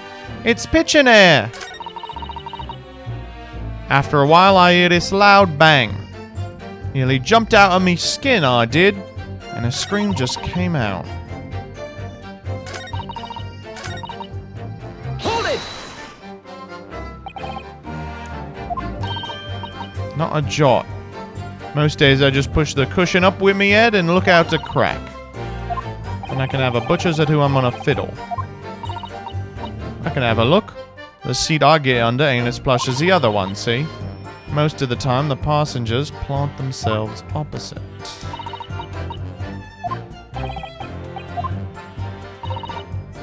Truth is, I ain't too happy in small dark places. Feels too much like being thrown in a clink. It's the only place to hide in them carriages, so it's Hobson's choice. Yeah.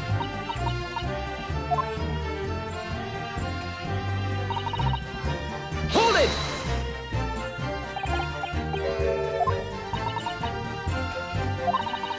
Could have been, I suppose. Don't remember so well. Point is, it made me jump. And let out a scream. That's right, and I felt the cushion over me head getting lighter.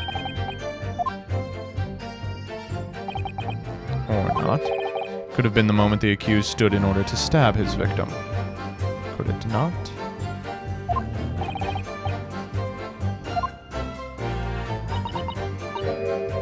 Oh?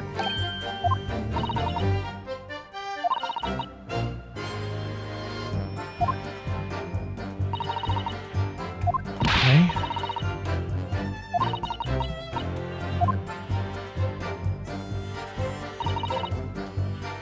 Hold it!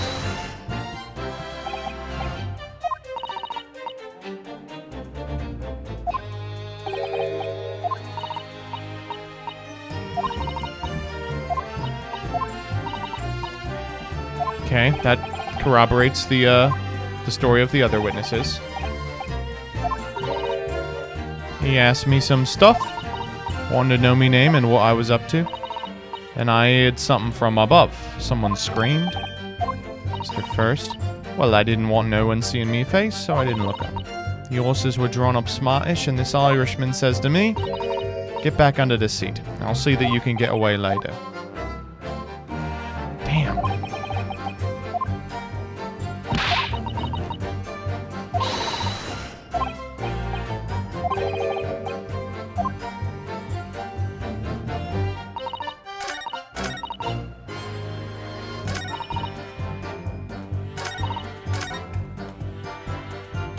Interesting.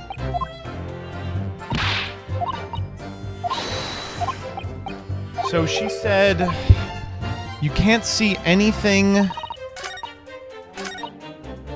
in that hiding place. It's dark as pitch.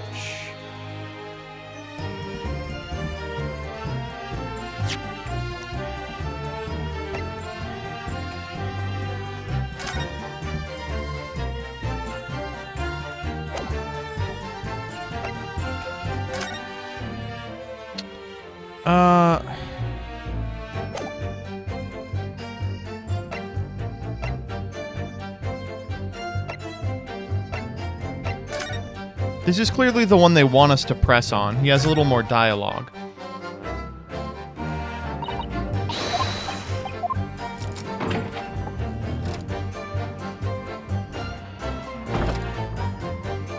There's something wrong with this entire scene.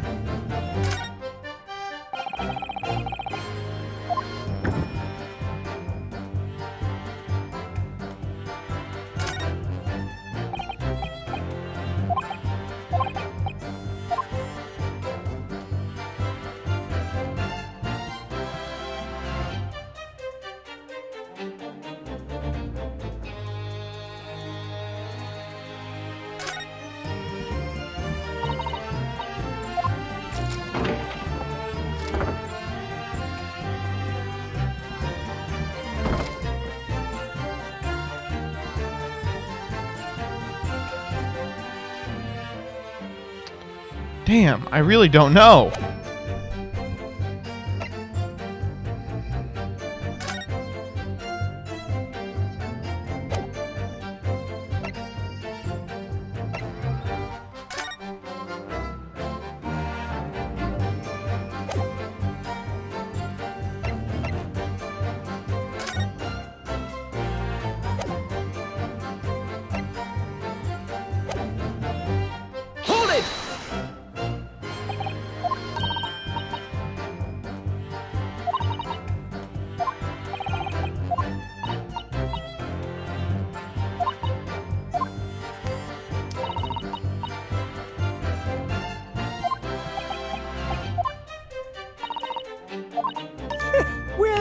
Hello. Oh, hello. Excuse me. Excuse me, bastard.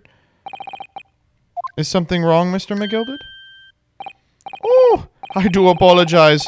Was there something to matter, Counsel? I'm just wondering if Miss Lestrade's last comment made something occur to you, perhaps. You seem to be thinking to yourself. Oh, no. 'Twas not an important. I was feeling bad for the poor lass is all. I remember feeling desperate myself as a young lad shut up in the dark. 'Twas terrifying, it was. I see. Yes, I'm sure we can all sympathize. Aye, and I don't know about yourself, but I find that the darkness seems to make everything you hear that much louder as well. Yeah. I suppose it does, maybe.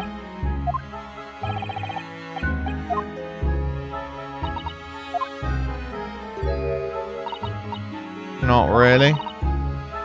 The Irishman's snoring.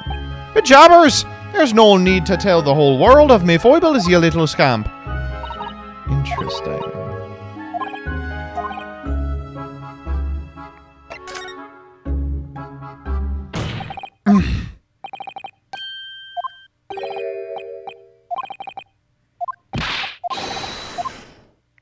Have it added to the testimony. Your Eastern mind? Supperment? What are you on about? Don't give me all your fancy talk. Wait, I'm doing the Irish guy again. I know what you're trying to do. Well, it won't work on me.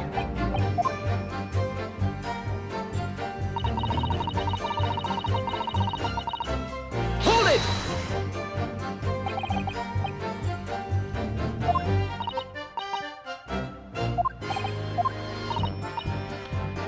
There was no one in the cabin to start with.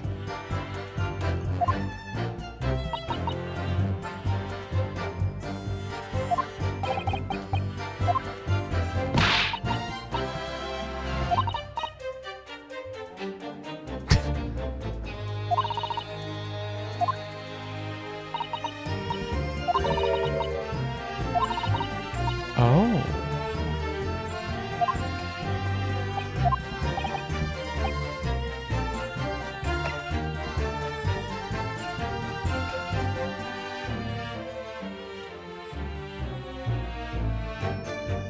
Interesting.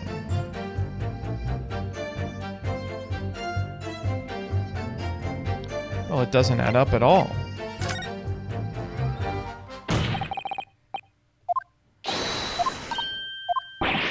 At odds? Are you sure? Absolutely. It seems my learned Nipponese friend is not as dull-witted as I feared. So she never heard the door open, but at least 2 other people showed up? I must insist you bolster your claim with evidence. Yes, my lord. Let me just, check something real quick, my lord.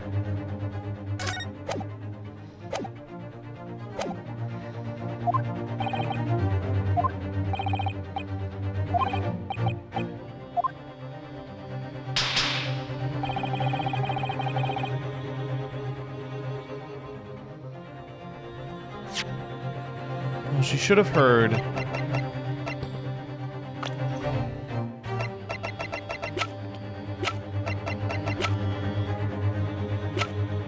She should have heard the victim get on.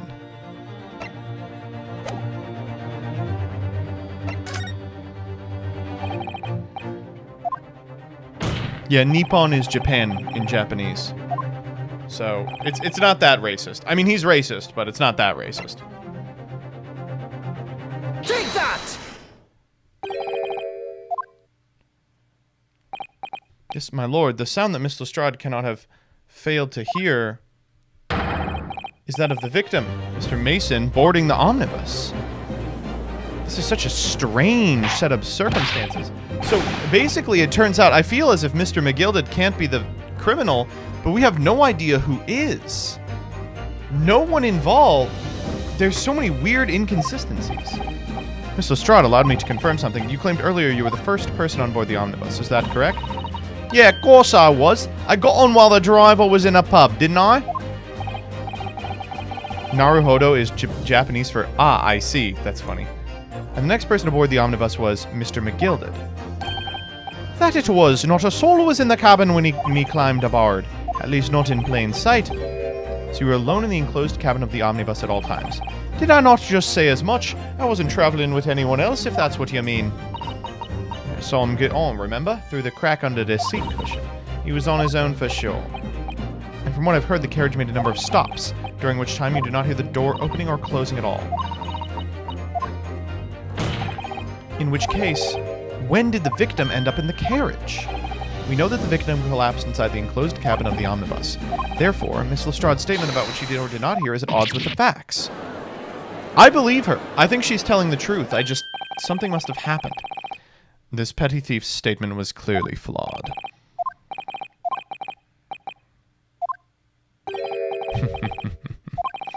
It would seem words of thanks are in order for my learned friend. You have demonstrated matters impeccably. This witness and her colorful statements are entirely unreliable. Her words are convenient untruths, nothing more. Oh, open your mind. Uh-oh. Come on, come on.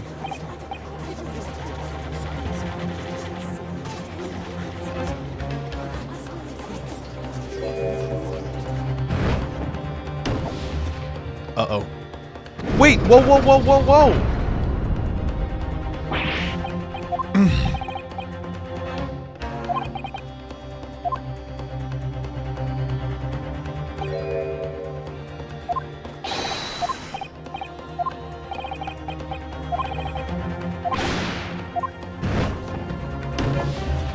God, oh fuck. The maid is our only shot right now.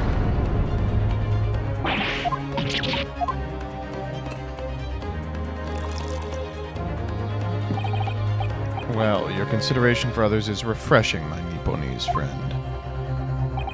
To the considerable troubles you have spared me.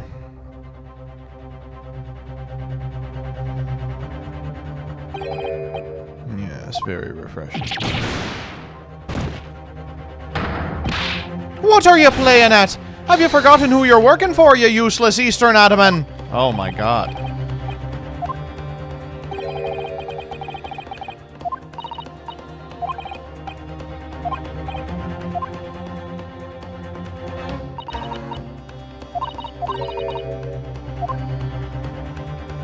Hold it! Calm down.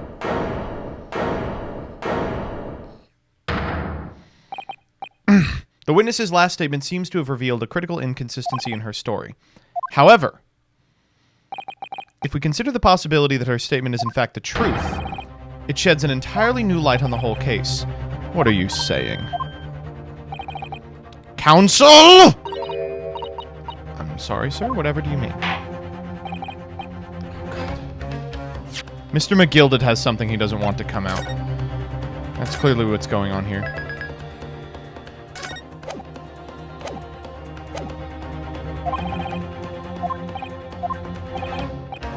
When the accused boarded the omnibus on the night in question, the victim was nowhere to be seen.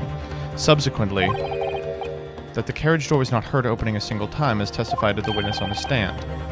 And yet the victim's body was found inside the carriage. If this petty thief's words are to be believed, how do you explain the victim's miraculous appearance inside the cabin of the omnibus? I don't know. Oh, fucking hell.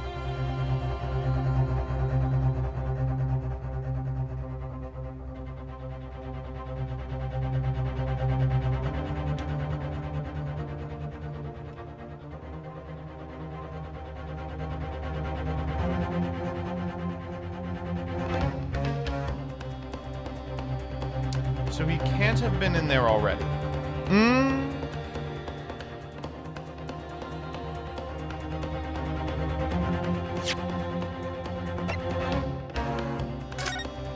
If he was in there already, then her statement is a lie.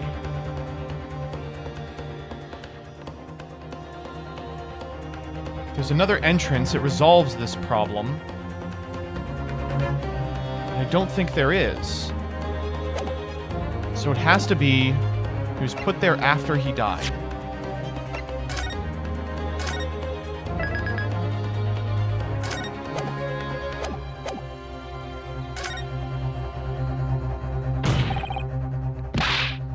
Objection!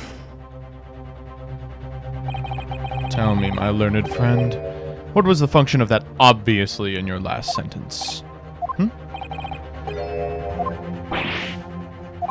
That's not the point. The point is the victim must have been moved into the carriage afterwards.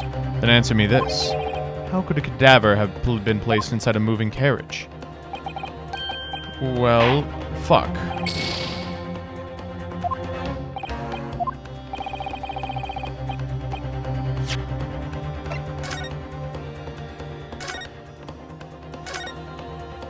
Well, that is actually a really good point. It definitely should have been there's another entrance.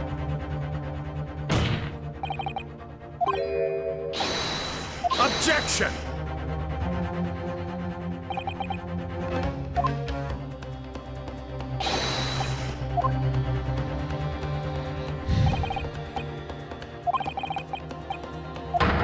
Objection!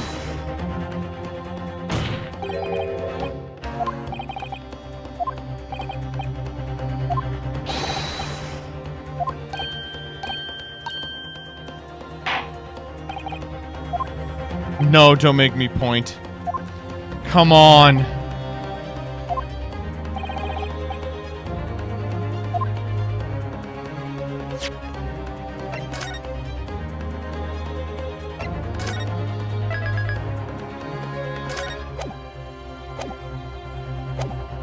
It's gotta be the skylight. Take that!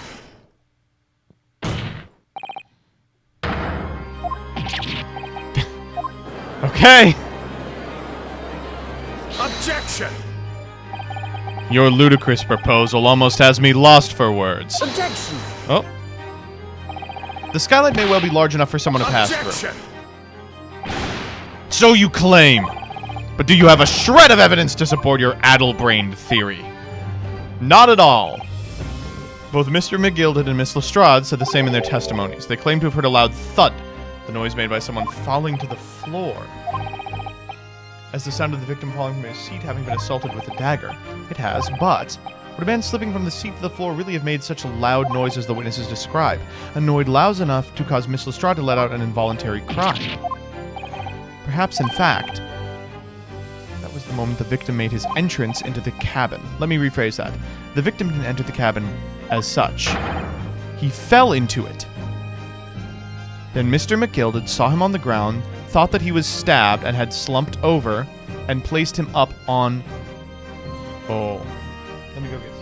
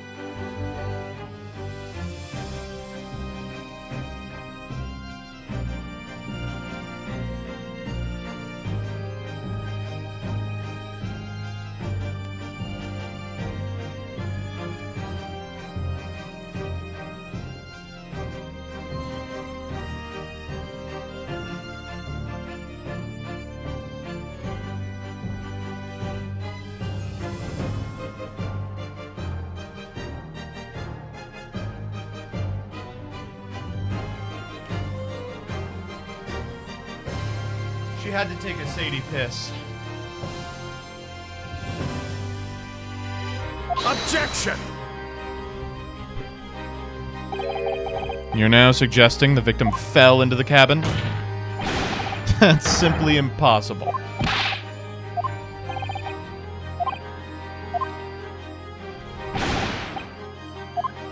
Well, yes, those passengers' testimony was dog shit. Hold it. Might a humble fella make a wee comment here? Mr. McGilded? To be sure now, the two fellas who were sat on the roof that night testified of fire, said nothing of the victim falling through the skylight. But it seems to me, my lord, 'tis not so much a case of them not saying, but... aye. 'Tis a case of them being unable to say. Interesting. See, let me get this a little more comfortable for you. Would you like that? Do you need to go out again? Yeah? Okay. Here, I'm coming. You weren't done? You said I have to prove you also.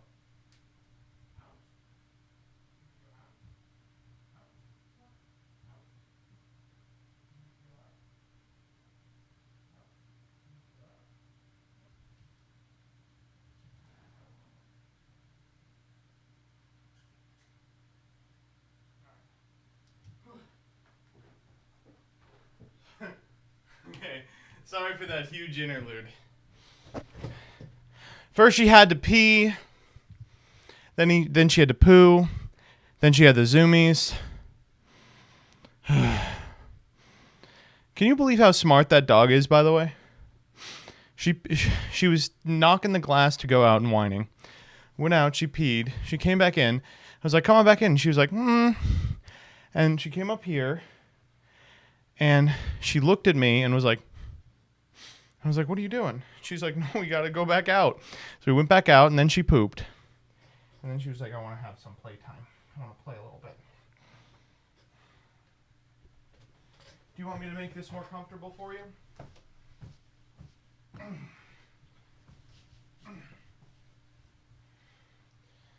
Oh, good doggy.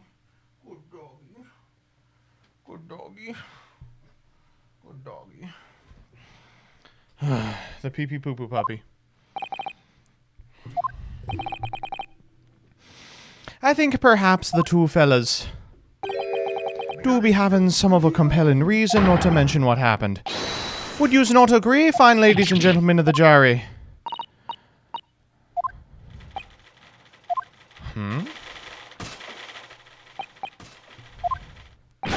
Oh.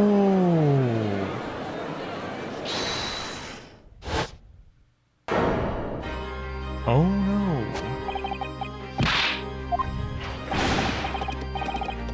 Oh?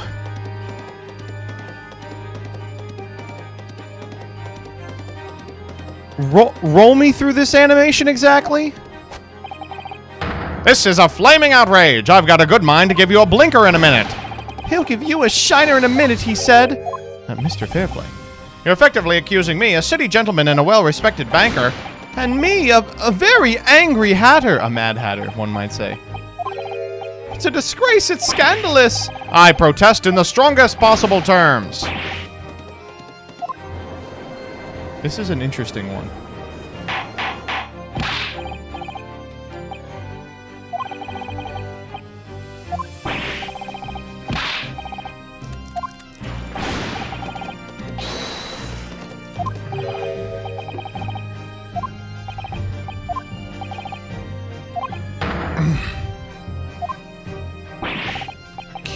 I never intended to. It seems, young Nipponese, that your command of the English tongue is wanting. You propose to this court that the victim fell through the skylight from the roof deck of the omnibus. That hypothesis cannot possibly stand without the rooftop passengers being aware of the events. You have branded these gentlemen liars. You have intimated their criminal guilt. In our British court of law, that is a baseless accusation.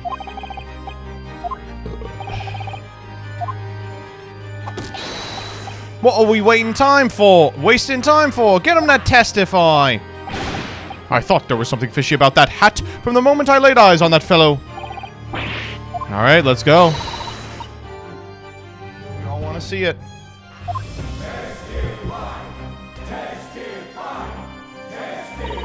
Oh my god, this is crazy. Mr. Fairplay and Mr. First. My lord? You will take the stand again and make another formal testimony. In reference to the indictment brought about by the defense. Yes, my lord.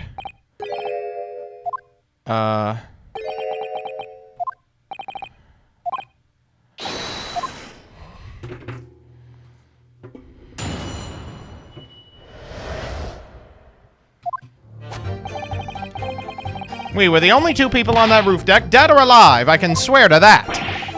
If anything happened while we were sitting, don't you think one or the other of us would have noticed?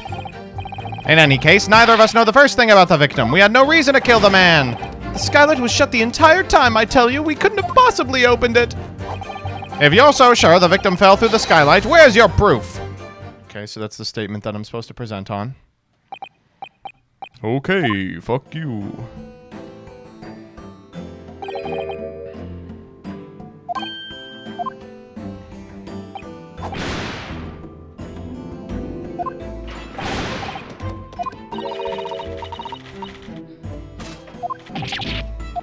What if you were in collusion with each other? According to investigations by Scotland Yard, these two witnesses share no common dealings. Well, I don't trust coppers any more than I trust the stinking rich. That's interesting. Yeah, something's wrong. Yes, my lord. That guy rocks. Hold it!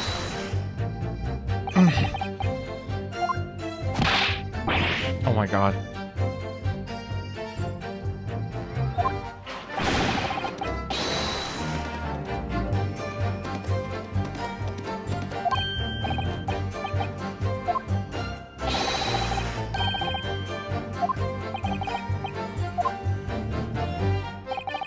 Dear me, my lord, at the risk of repeating myself, I boarded the omnibus alone and nodded off inside almost immediately.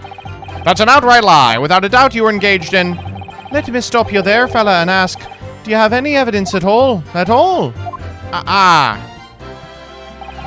Tis all about evidence in the carts these days, so it is. You'd do well to remember that.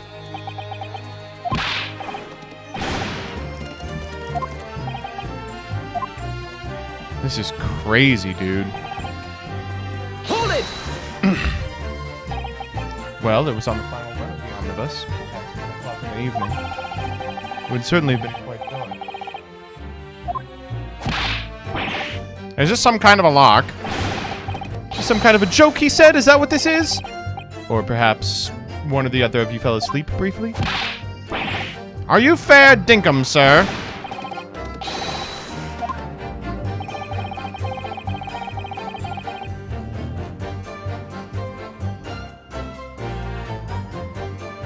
I'll be right back.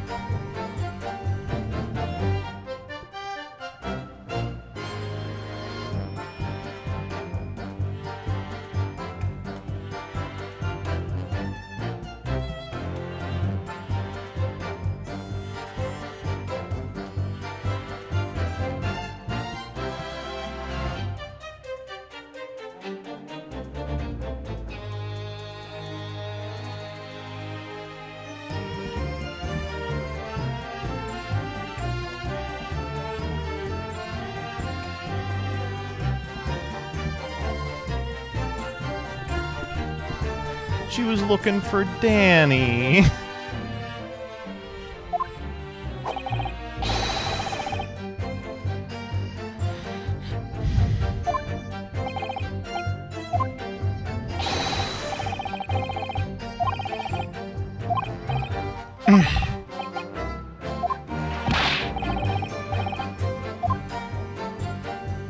This is interesting.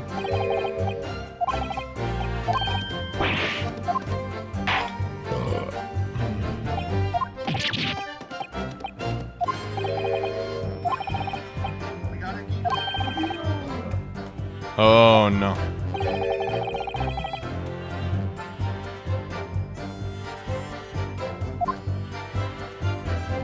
How can you tell who she's looking for? Hold it! She went up to where he's been sleeping for the past 3 nights, and she's like, She's up on the bed and she's like doing this. So you never met Mr. Thrice-Fired Mason before? No, not once, never. He is stoic. He'd never met the man before, he said. Never. And you, Mr. First, had no prior dealings with the victim either? That's right, sir. How does... Well, no. Interesting. Excuse me. Excuse me, you fucking asshole. Mr. McGilded. Yes, counsel, what can I be doing you for? Oh, not the remotest connection. Is that right now, I wonder? Ah, Mr. Fireplay. 'Tis been too long, it has. Eh? If I'm not very much mistaken, I believe it is fast approaching, is it not? Your repayment date? I beg your pardon? You borrowed 20 guineas from me, sir. At an unconscionable rate of interest. You tricked me. It's extortion. Tricked. Well, now, is that a touch of begrudgery, is it? The sort of begrudgery that might motivate a fella to pass his crimes off on another. Ah! And young Mr. First. Me, sir? You do be making hats for a living, do you not? That there top hat sliding about on your head. Is that one of your own creations, is it? Oh, well, I'm still just an apprentice, you understand. I'm learning to find the perfect fit for whatever fine gent walks through the door. The perfect fit, is it? Well, 'tis a very distinctive design, so it is. Many customers like it, I tell you. They like a distinctive touch. Customers... such as Thrice-Fired Mason. Ah! There was a photographic print of the victim submitted as evidence before, my lord. Oh, this? Oh. Can't help thinking the poor fella's hat looks distinctly familiar, wouldn't you say? That's one of my hats! Aye, that it is. So it would seem the brickmaker was a customer of yours. The sort of customer I'd wager you could have had a wee quarrel with over the distinctiveness of the goods. Oh, no, sir! Absolutely not, sir! Well, there's really nothing more to add. It wouldn't be right to say that the two fellas here have the remotest connection, or haven't the remotest connection to the victim, you see. God, he is really good in a courtroom, but something's wrong here.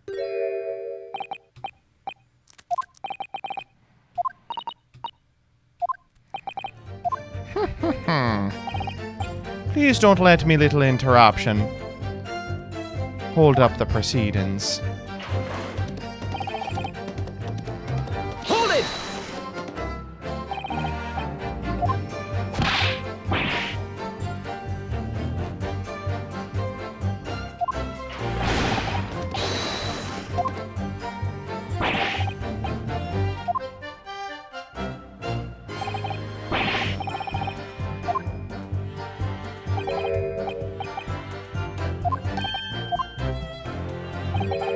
Just looking at the size of the thing, you understand.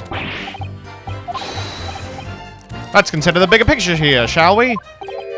I was riding the omnibus on another occasion when I broke wind loudly. I shocked myself with it. Okay. I just mean to say, the point is I tried to open the skylight, you see. But just my luck, I couldn't make it budge.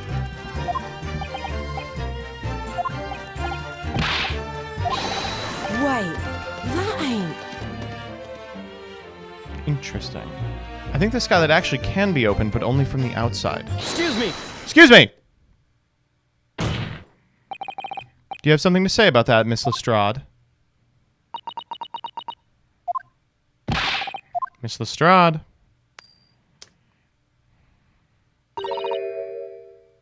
It opens.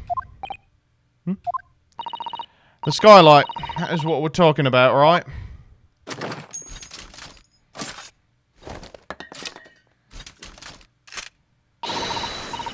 All them skylights open. Dead easy.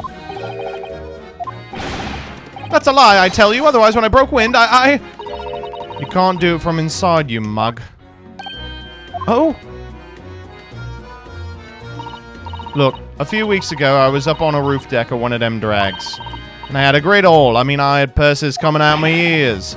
Okay, well, maybe don't confess to that. Anyway, I had a bit of a scare. When I lifted the last bloke's purse, he got wise to me. All 4 of them surrounded me, so I couldn't hop off the bus and leg it. So what I did was I used a skylight, opened a catch and jumped right through. Catch is on the top side, that's why you can't open them from the cabin. Interesting. Yeah, there it is. Interesting.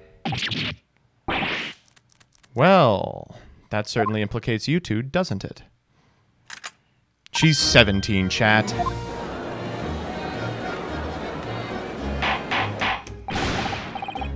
This is such an So, like, we are just dominating this case, but something is wrong.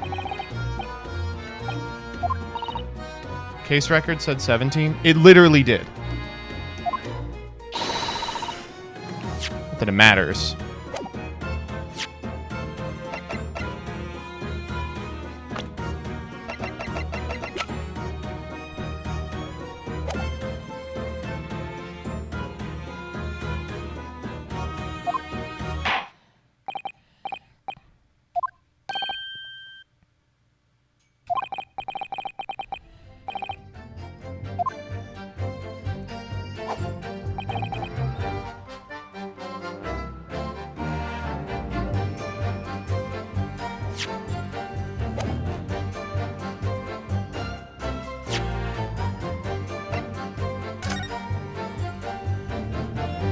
There it is, just like they said.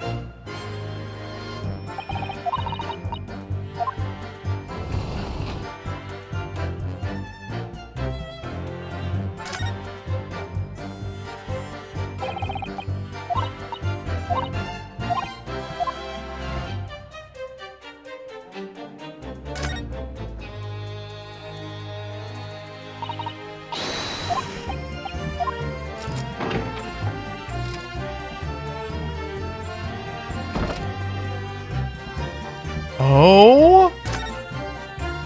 Oh, oh, oh. Oh, oh, oh.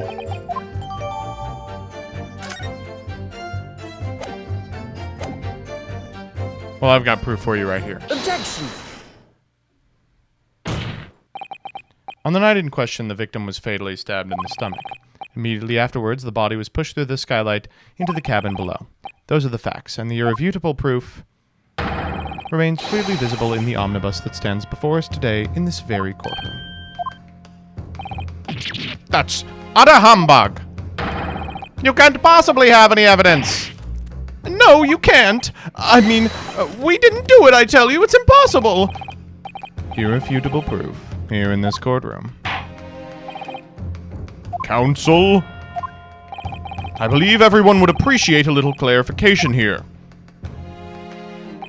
Where exactly within the omnibus is this evidence to which you allude?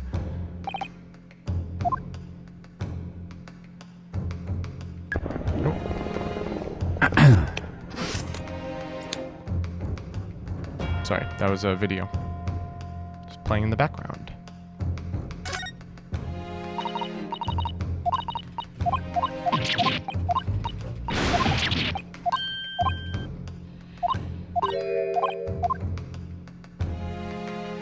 Got it!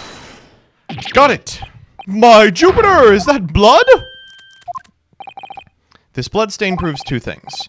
Firstly, when the incident occurred, the skylight of the omnibus was open. And secondly, the victim was already bleeding when he fell through the opening. And so it follows that Mr. McGilded, who was inside the enclosed cabin himself at the time, cannot possibly be guilty. No! Well, well, well. Can we see some jurors, please? Hold it! Oh, but. Oh, he has his own hold it! But the blood could have been sprayed up there when the fellow was stabbed inside the cabin! And only found its way to that one particular spot in the skylight. Sure, and that would be very convenient. And let's keep in mind the skylight catch can only be unfastened from the roof deck. I myself wouldn't have been able to open it now, would I? But there's no way to know for certain, is there? If the gent really fell through the skylight, I mean. Why don't you have a good look at the floor of the cabin beneath the 2 seats, Mr. First? 'Tis all too plain, if you see. There's the aftermath that shows the poor fellow dropped from a fair height right there, so it is. But it can't be. It's all lies. My fellow jury members, I think we can all agree this is clear proof. Oh, yes.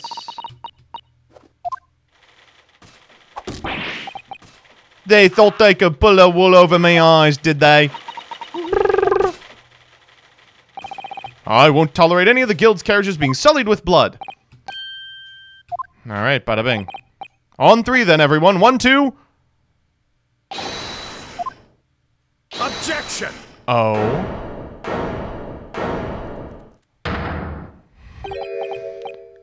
A chilling performance, Mr. McGilded. Oh, and what would ye be referring to there now, Lord Van Zieks?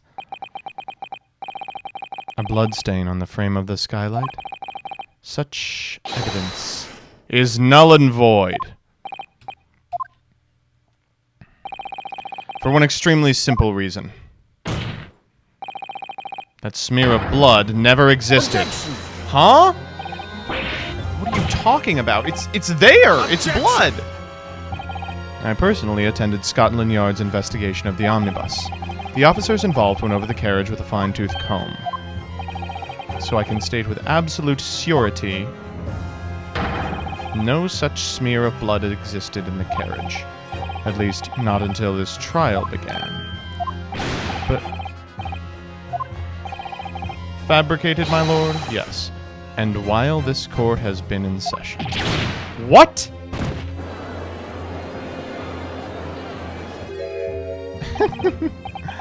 What a palaver! I must say I didn't expect such crude reasoning from a prosecutor of your standing, Lord Van Zieks. But I'm Magnus McGilded, a fellow known all over the capital for his fine contributions to public life. I don't take kindly to slander, and I'll fight it to the bitter end. Even if it's rolling off the tongue of the Reaper of the Bailey. Mr. McGilded, I realize this is your first appearance in court as the accused. However, I am well aware of your involvement behind the scenes in a great many affairs of dubious nature. You're very adept when it comes to avoiding getting your own hands dirty. And each time it happens that a case you're involved in is investigated, you adapt the facts.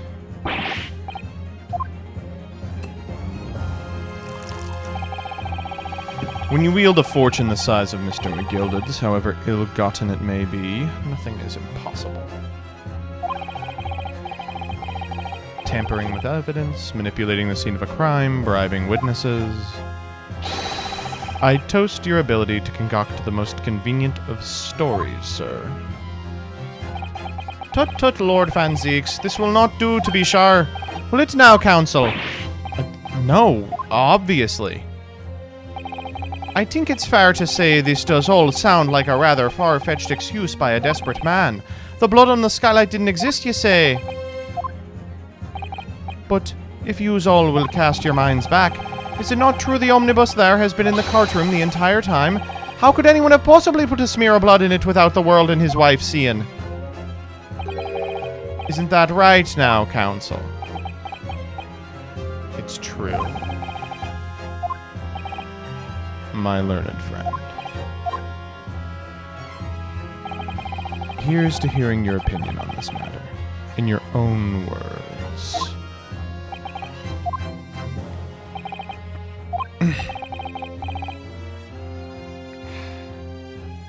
I mean, there is an opportunity.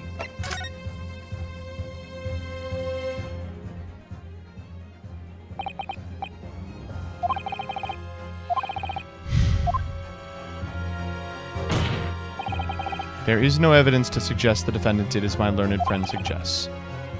In terms of having the opportunity to carry out the tampering, there is a possibility.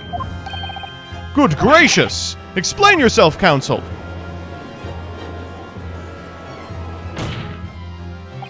Yes, there is. It seems my learned Nipponese friend has no intention of running from this deceit. I'm sure everyone still remembers clearly the recess we were forced to take, as a result of the smoke grenade fired by the witness currently in the stand, Miss Gina Lestrade. She is a thief, after all, and a smoke grenade of the thief is not something to be taken lightly.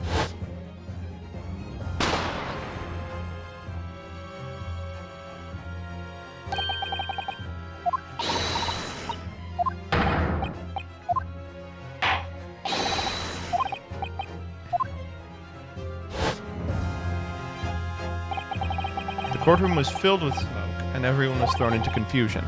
We were made to leave the chamber. In that brief interval, under the veil of smoke and in all the chaos... Ooh! It could have been possible to steal inside the omnibus. Would doing this get you fired as a defense lawyer, advocating against your client? Yeah, it would be interesting to see what would happen. Are you wise? What are you trying to pull, ye rotten feckless gouger?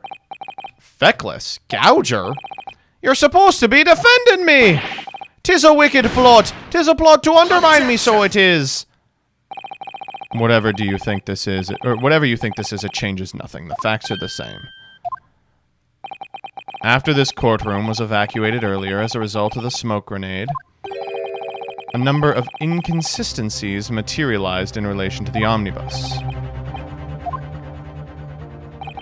To start with, the storage compartment underneath the rear passenger seat. When the police investigated the omnibus, this compartment was full of the driver's items. Secondly, we had the smear of blood on the edge of the skylight. As I have said, that was not present at the start of the trial this morning.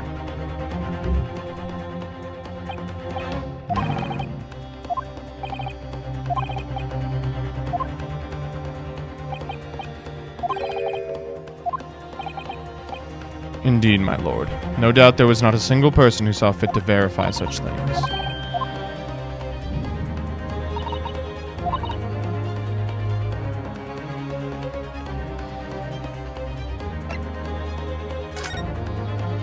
It's gotta be I have an inkling. My lord,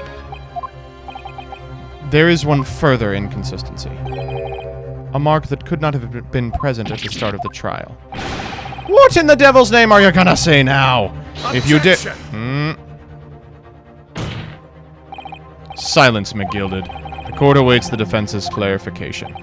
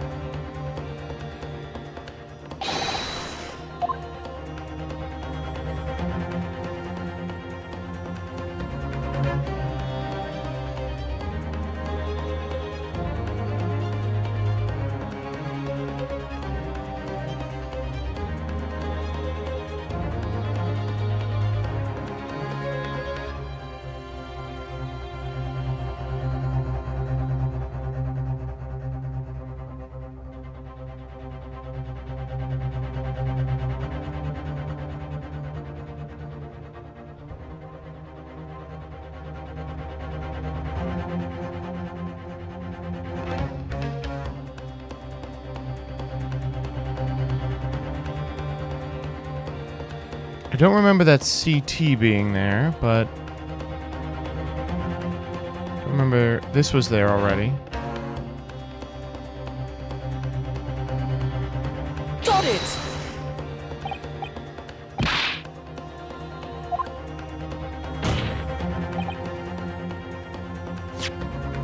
What I wanted to do was get back here so that I could, check the fucking thing.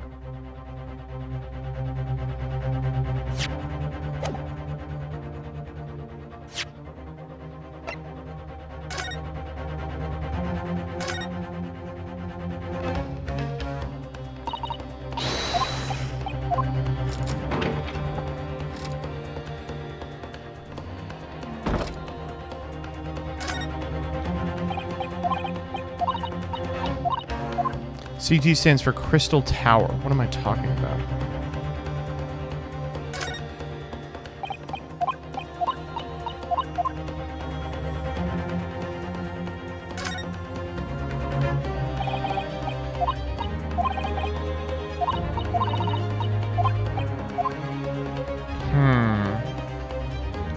A mark. It's interesting. Not seeing any.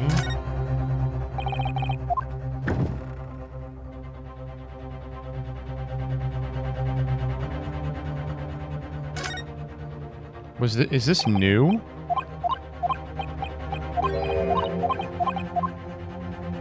Oh. It is.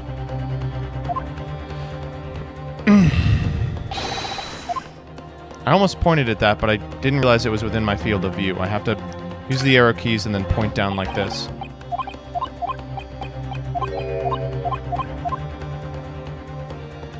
Got it! If we consider that the victim fell through the skylight onto the floor of the cabin, you'd expect to find signs of blood where he landed. But as far as I recall, this bloodstain on the cabin floor was not there when the omnibus was first brought into the courtroom.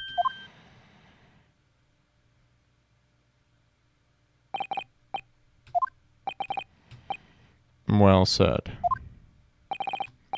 Although as an advocate for the defense, one might say that was a very careless slip of the tongue.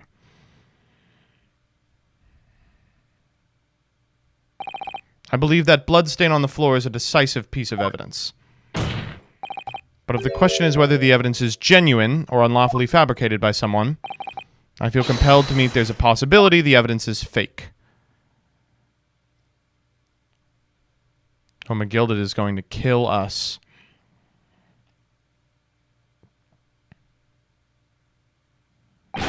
We have found a way to throw this one. Congratulations. This trial is over. I've done everything I can possibly do to cooperate with the cart, but 'tis all over now. You're the defendant. 'Tis over, I tell ye! Memory, recollection, what people think they saw, 'tis all a nonsense. Facts are what counts, and the fact is that bloodstain is there. Well, and over the course of this desperate trial, long and extremely drawn out as it has been, that good-for-nothing Reaper de Bailey has failed to present any decisive evidence at all. That is true. I'm scandalized, so I am. I'd thought better of Lord Van Zeeks. My lord? Yeah, no, he,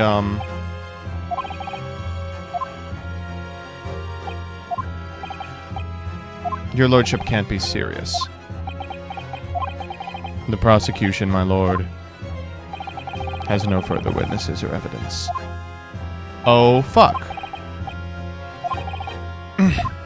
We are going to have to stop ourselves from winning?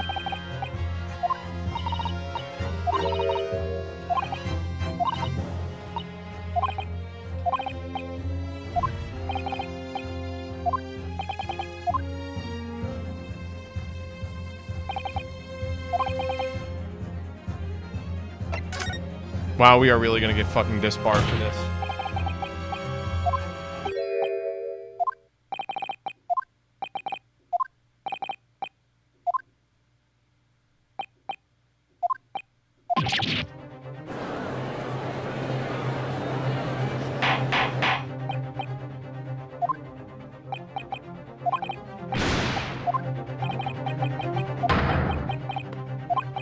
Oh, it was a grand decision to appoint you as my lawyer, so it was. I must say I didn't expect such an exciting spectacle at the end there, so have this for your troubles. Your job is done here, fella, and some fine work you've done, so you have.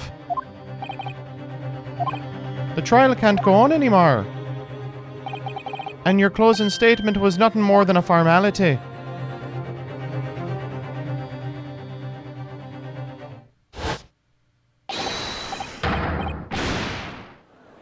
Wario-type laugh.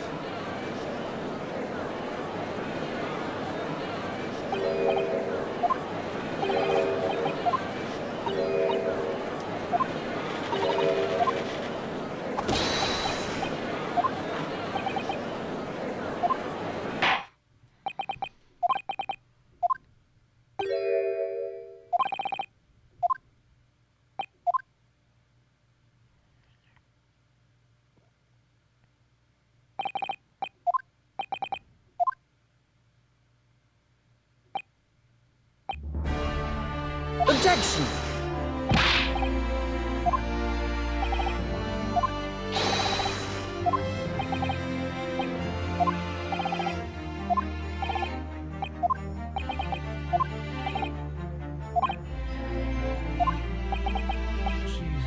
Christ, dude, this is not how it works.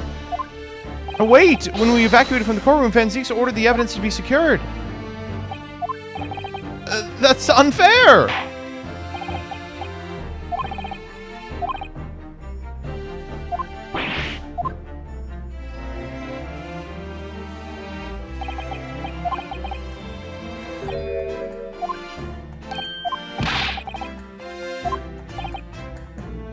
Wow, this sucks.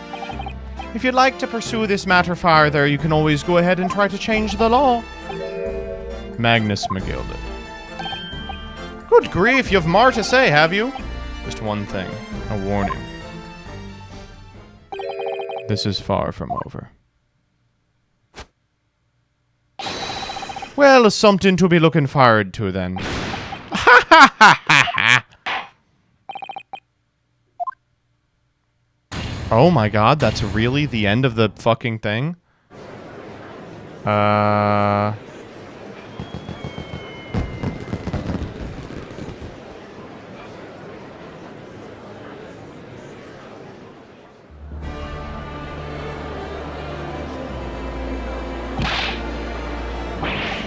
This is ridiculous.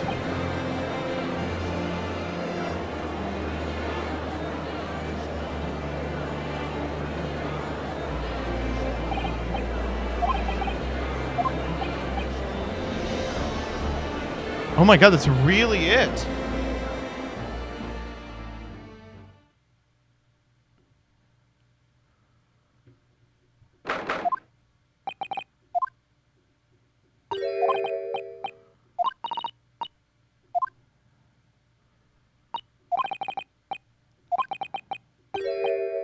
I suppose we should be happy.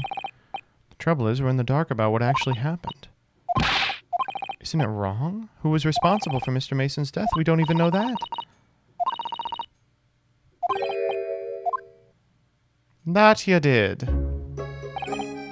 Mr. McGilded. And the girl. Well, it seems the stories are true. About the 6 enormous fireworks they do be letting off when there's a verdict and not guilty. Yes, definitely. I suppose. I don't know about that. What on earth are you saying, fella? How'd I walk out of there a free man, then? You're a straight-talking fella, aren't you? Led me astray in the head there once or twice. But you're young and headstrong. 'Tis water under the bridge. Congratulations. There's one thing that matters to me. They've all seen that I didn't do that odious and obstinate deed. 'Tis grand, is it not? I suppose it is. Now the fine fellows of Scotland Yard can take matters into hand and sort out any wee details. They'll see it for what it is. They'll get to the truth. I've absolute faith in them, so I have. After all, I do be providing a good number of their wages with all the taxes I pay. So then, as we agreed aforehand, 1,000 guineas for your troubles. Oh, no, no. Well, if you insist. But have this still and all. Mr. Magnus McGilded.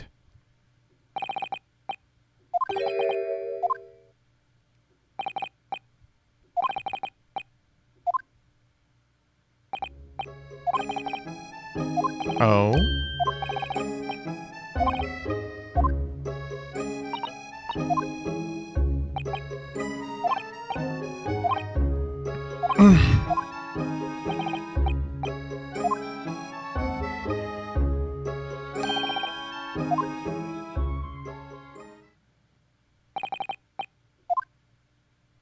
We should have taken the 1,000 guineas.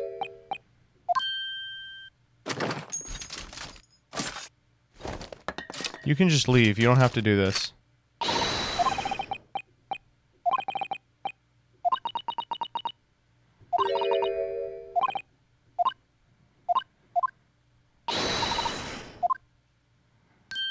Oh.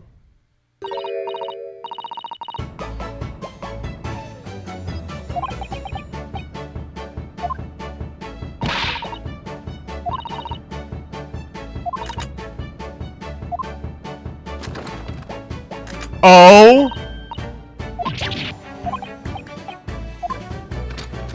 Oh my god, wait, it's the same design as fucking Sholmes's thing.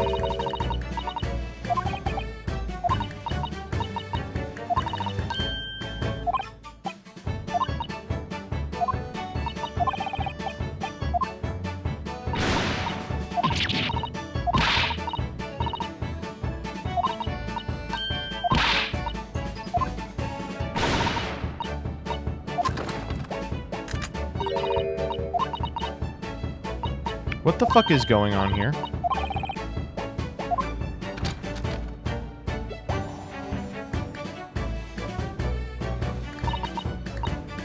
Goodbye.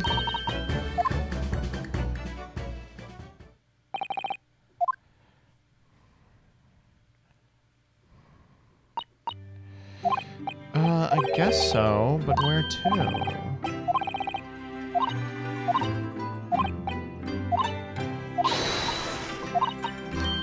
Oh, okay. No, we're not gonna stay in the park overnight. That 1,000 guineas would have paid for a lovely warm room, Dora Mansion. We should have taken him up on it.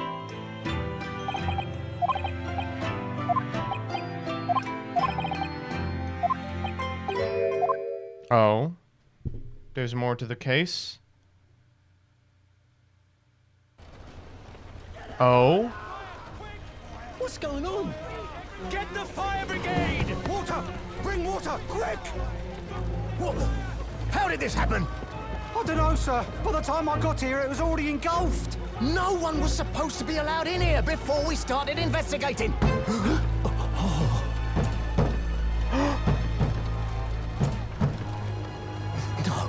Oh, good God. There's someone in there.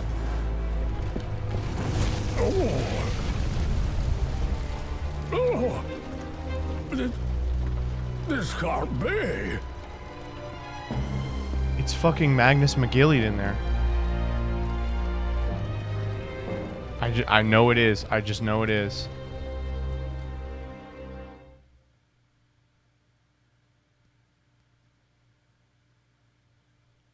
No one escapes the Reaper, man. Holy shit. Do we...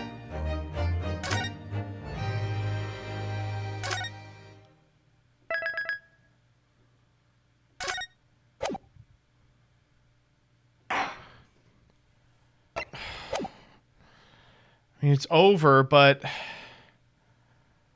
Fuck. This is a good stopping point. Do we get to know that if it was Magnus McGilded or not?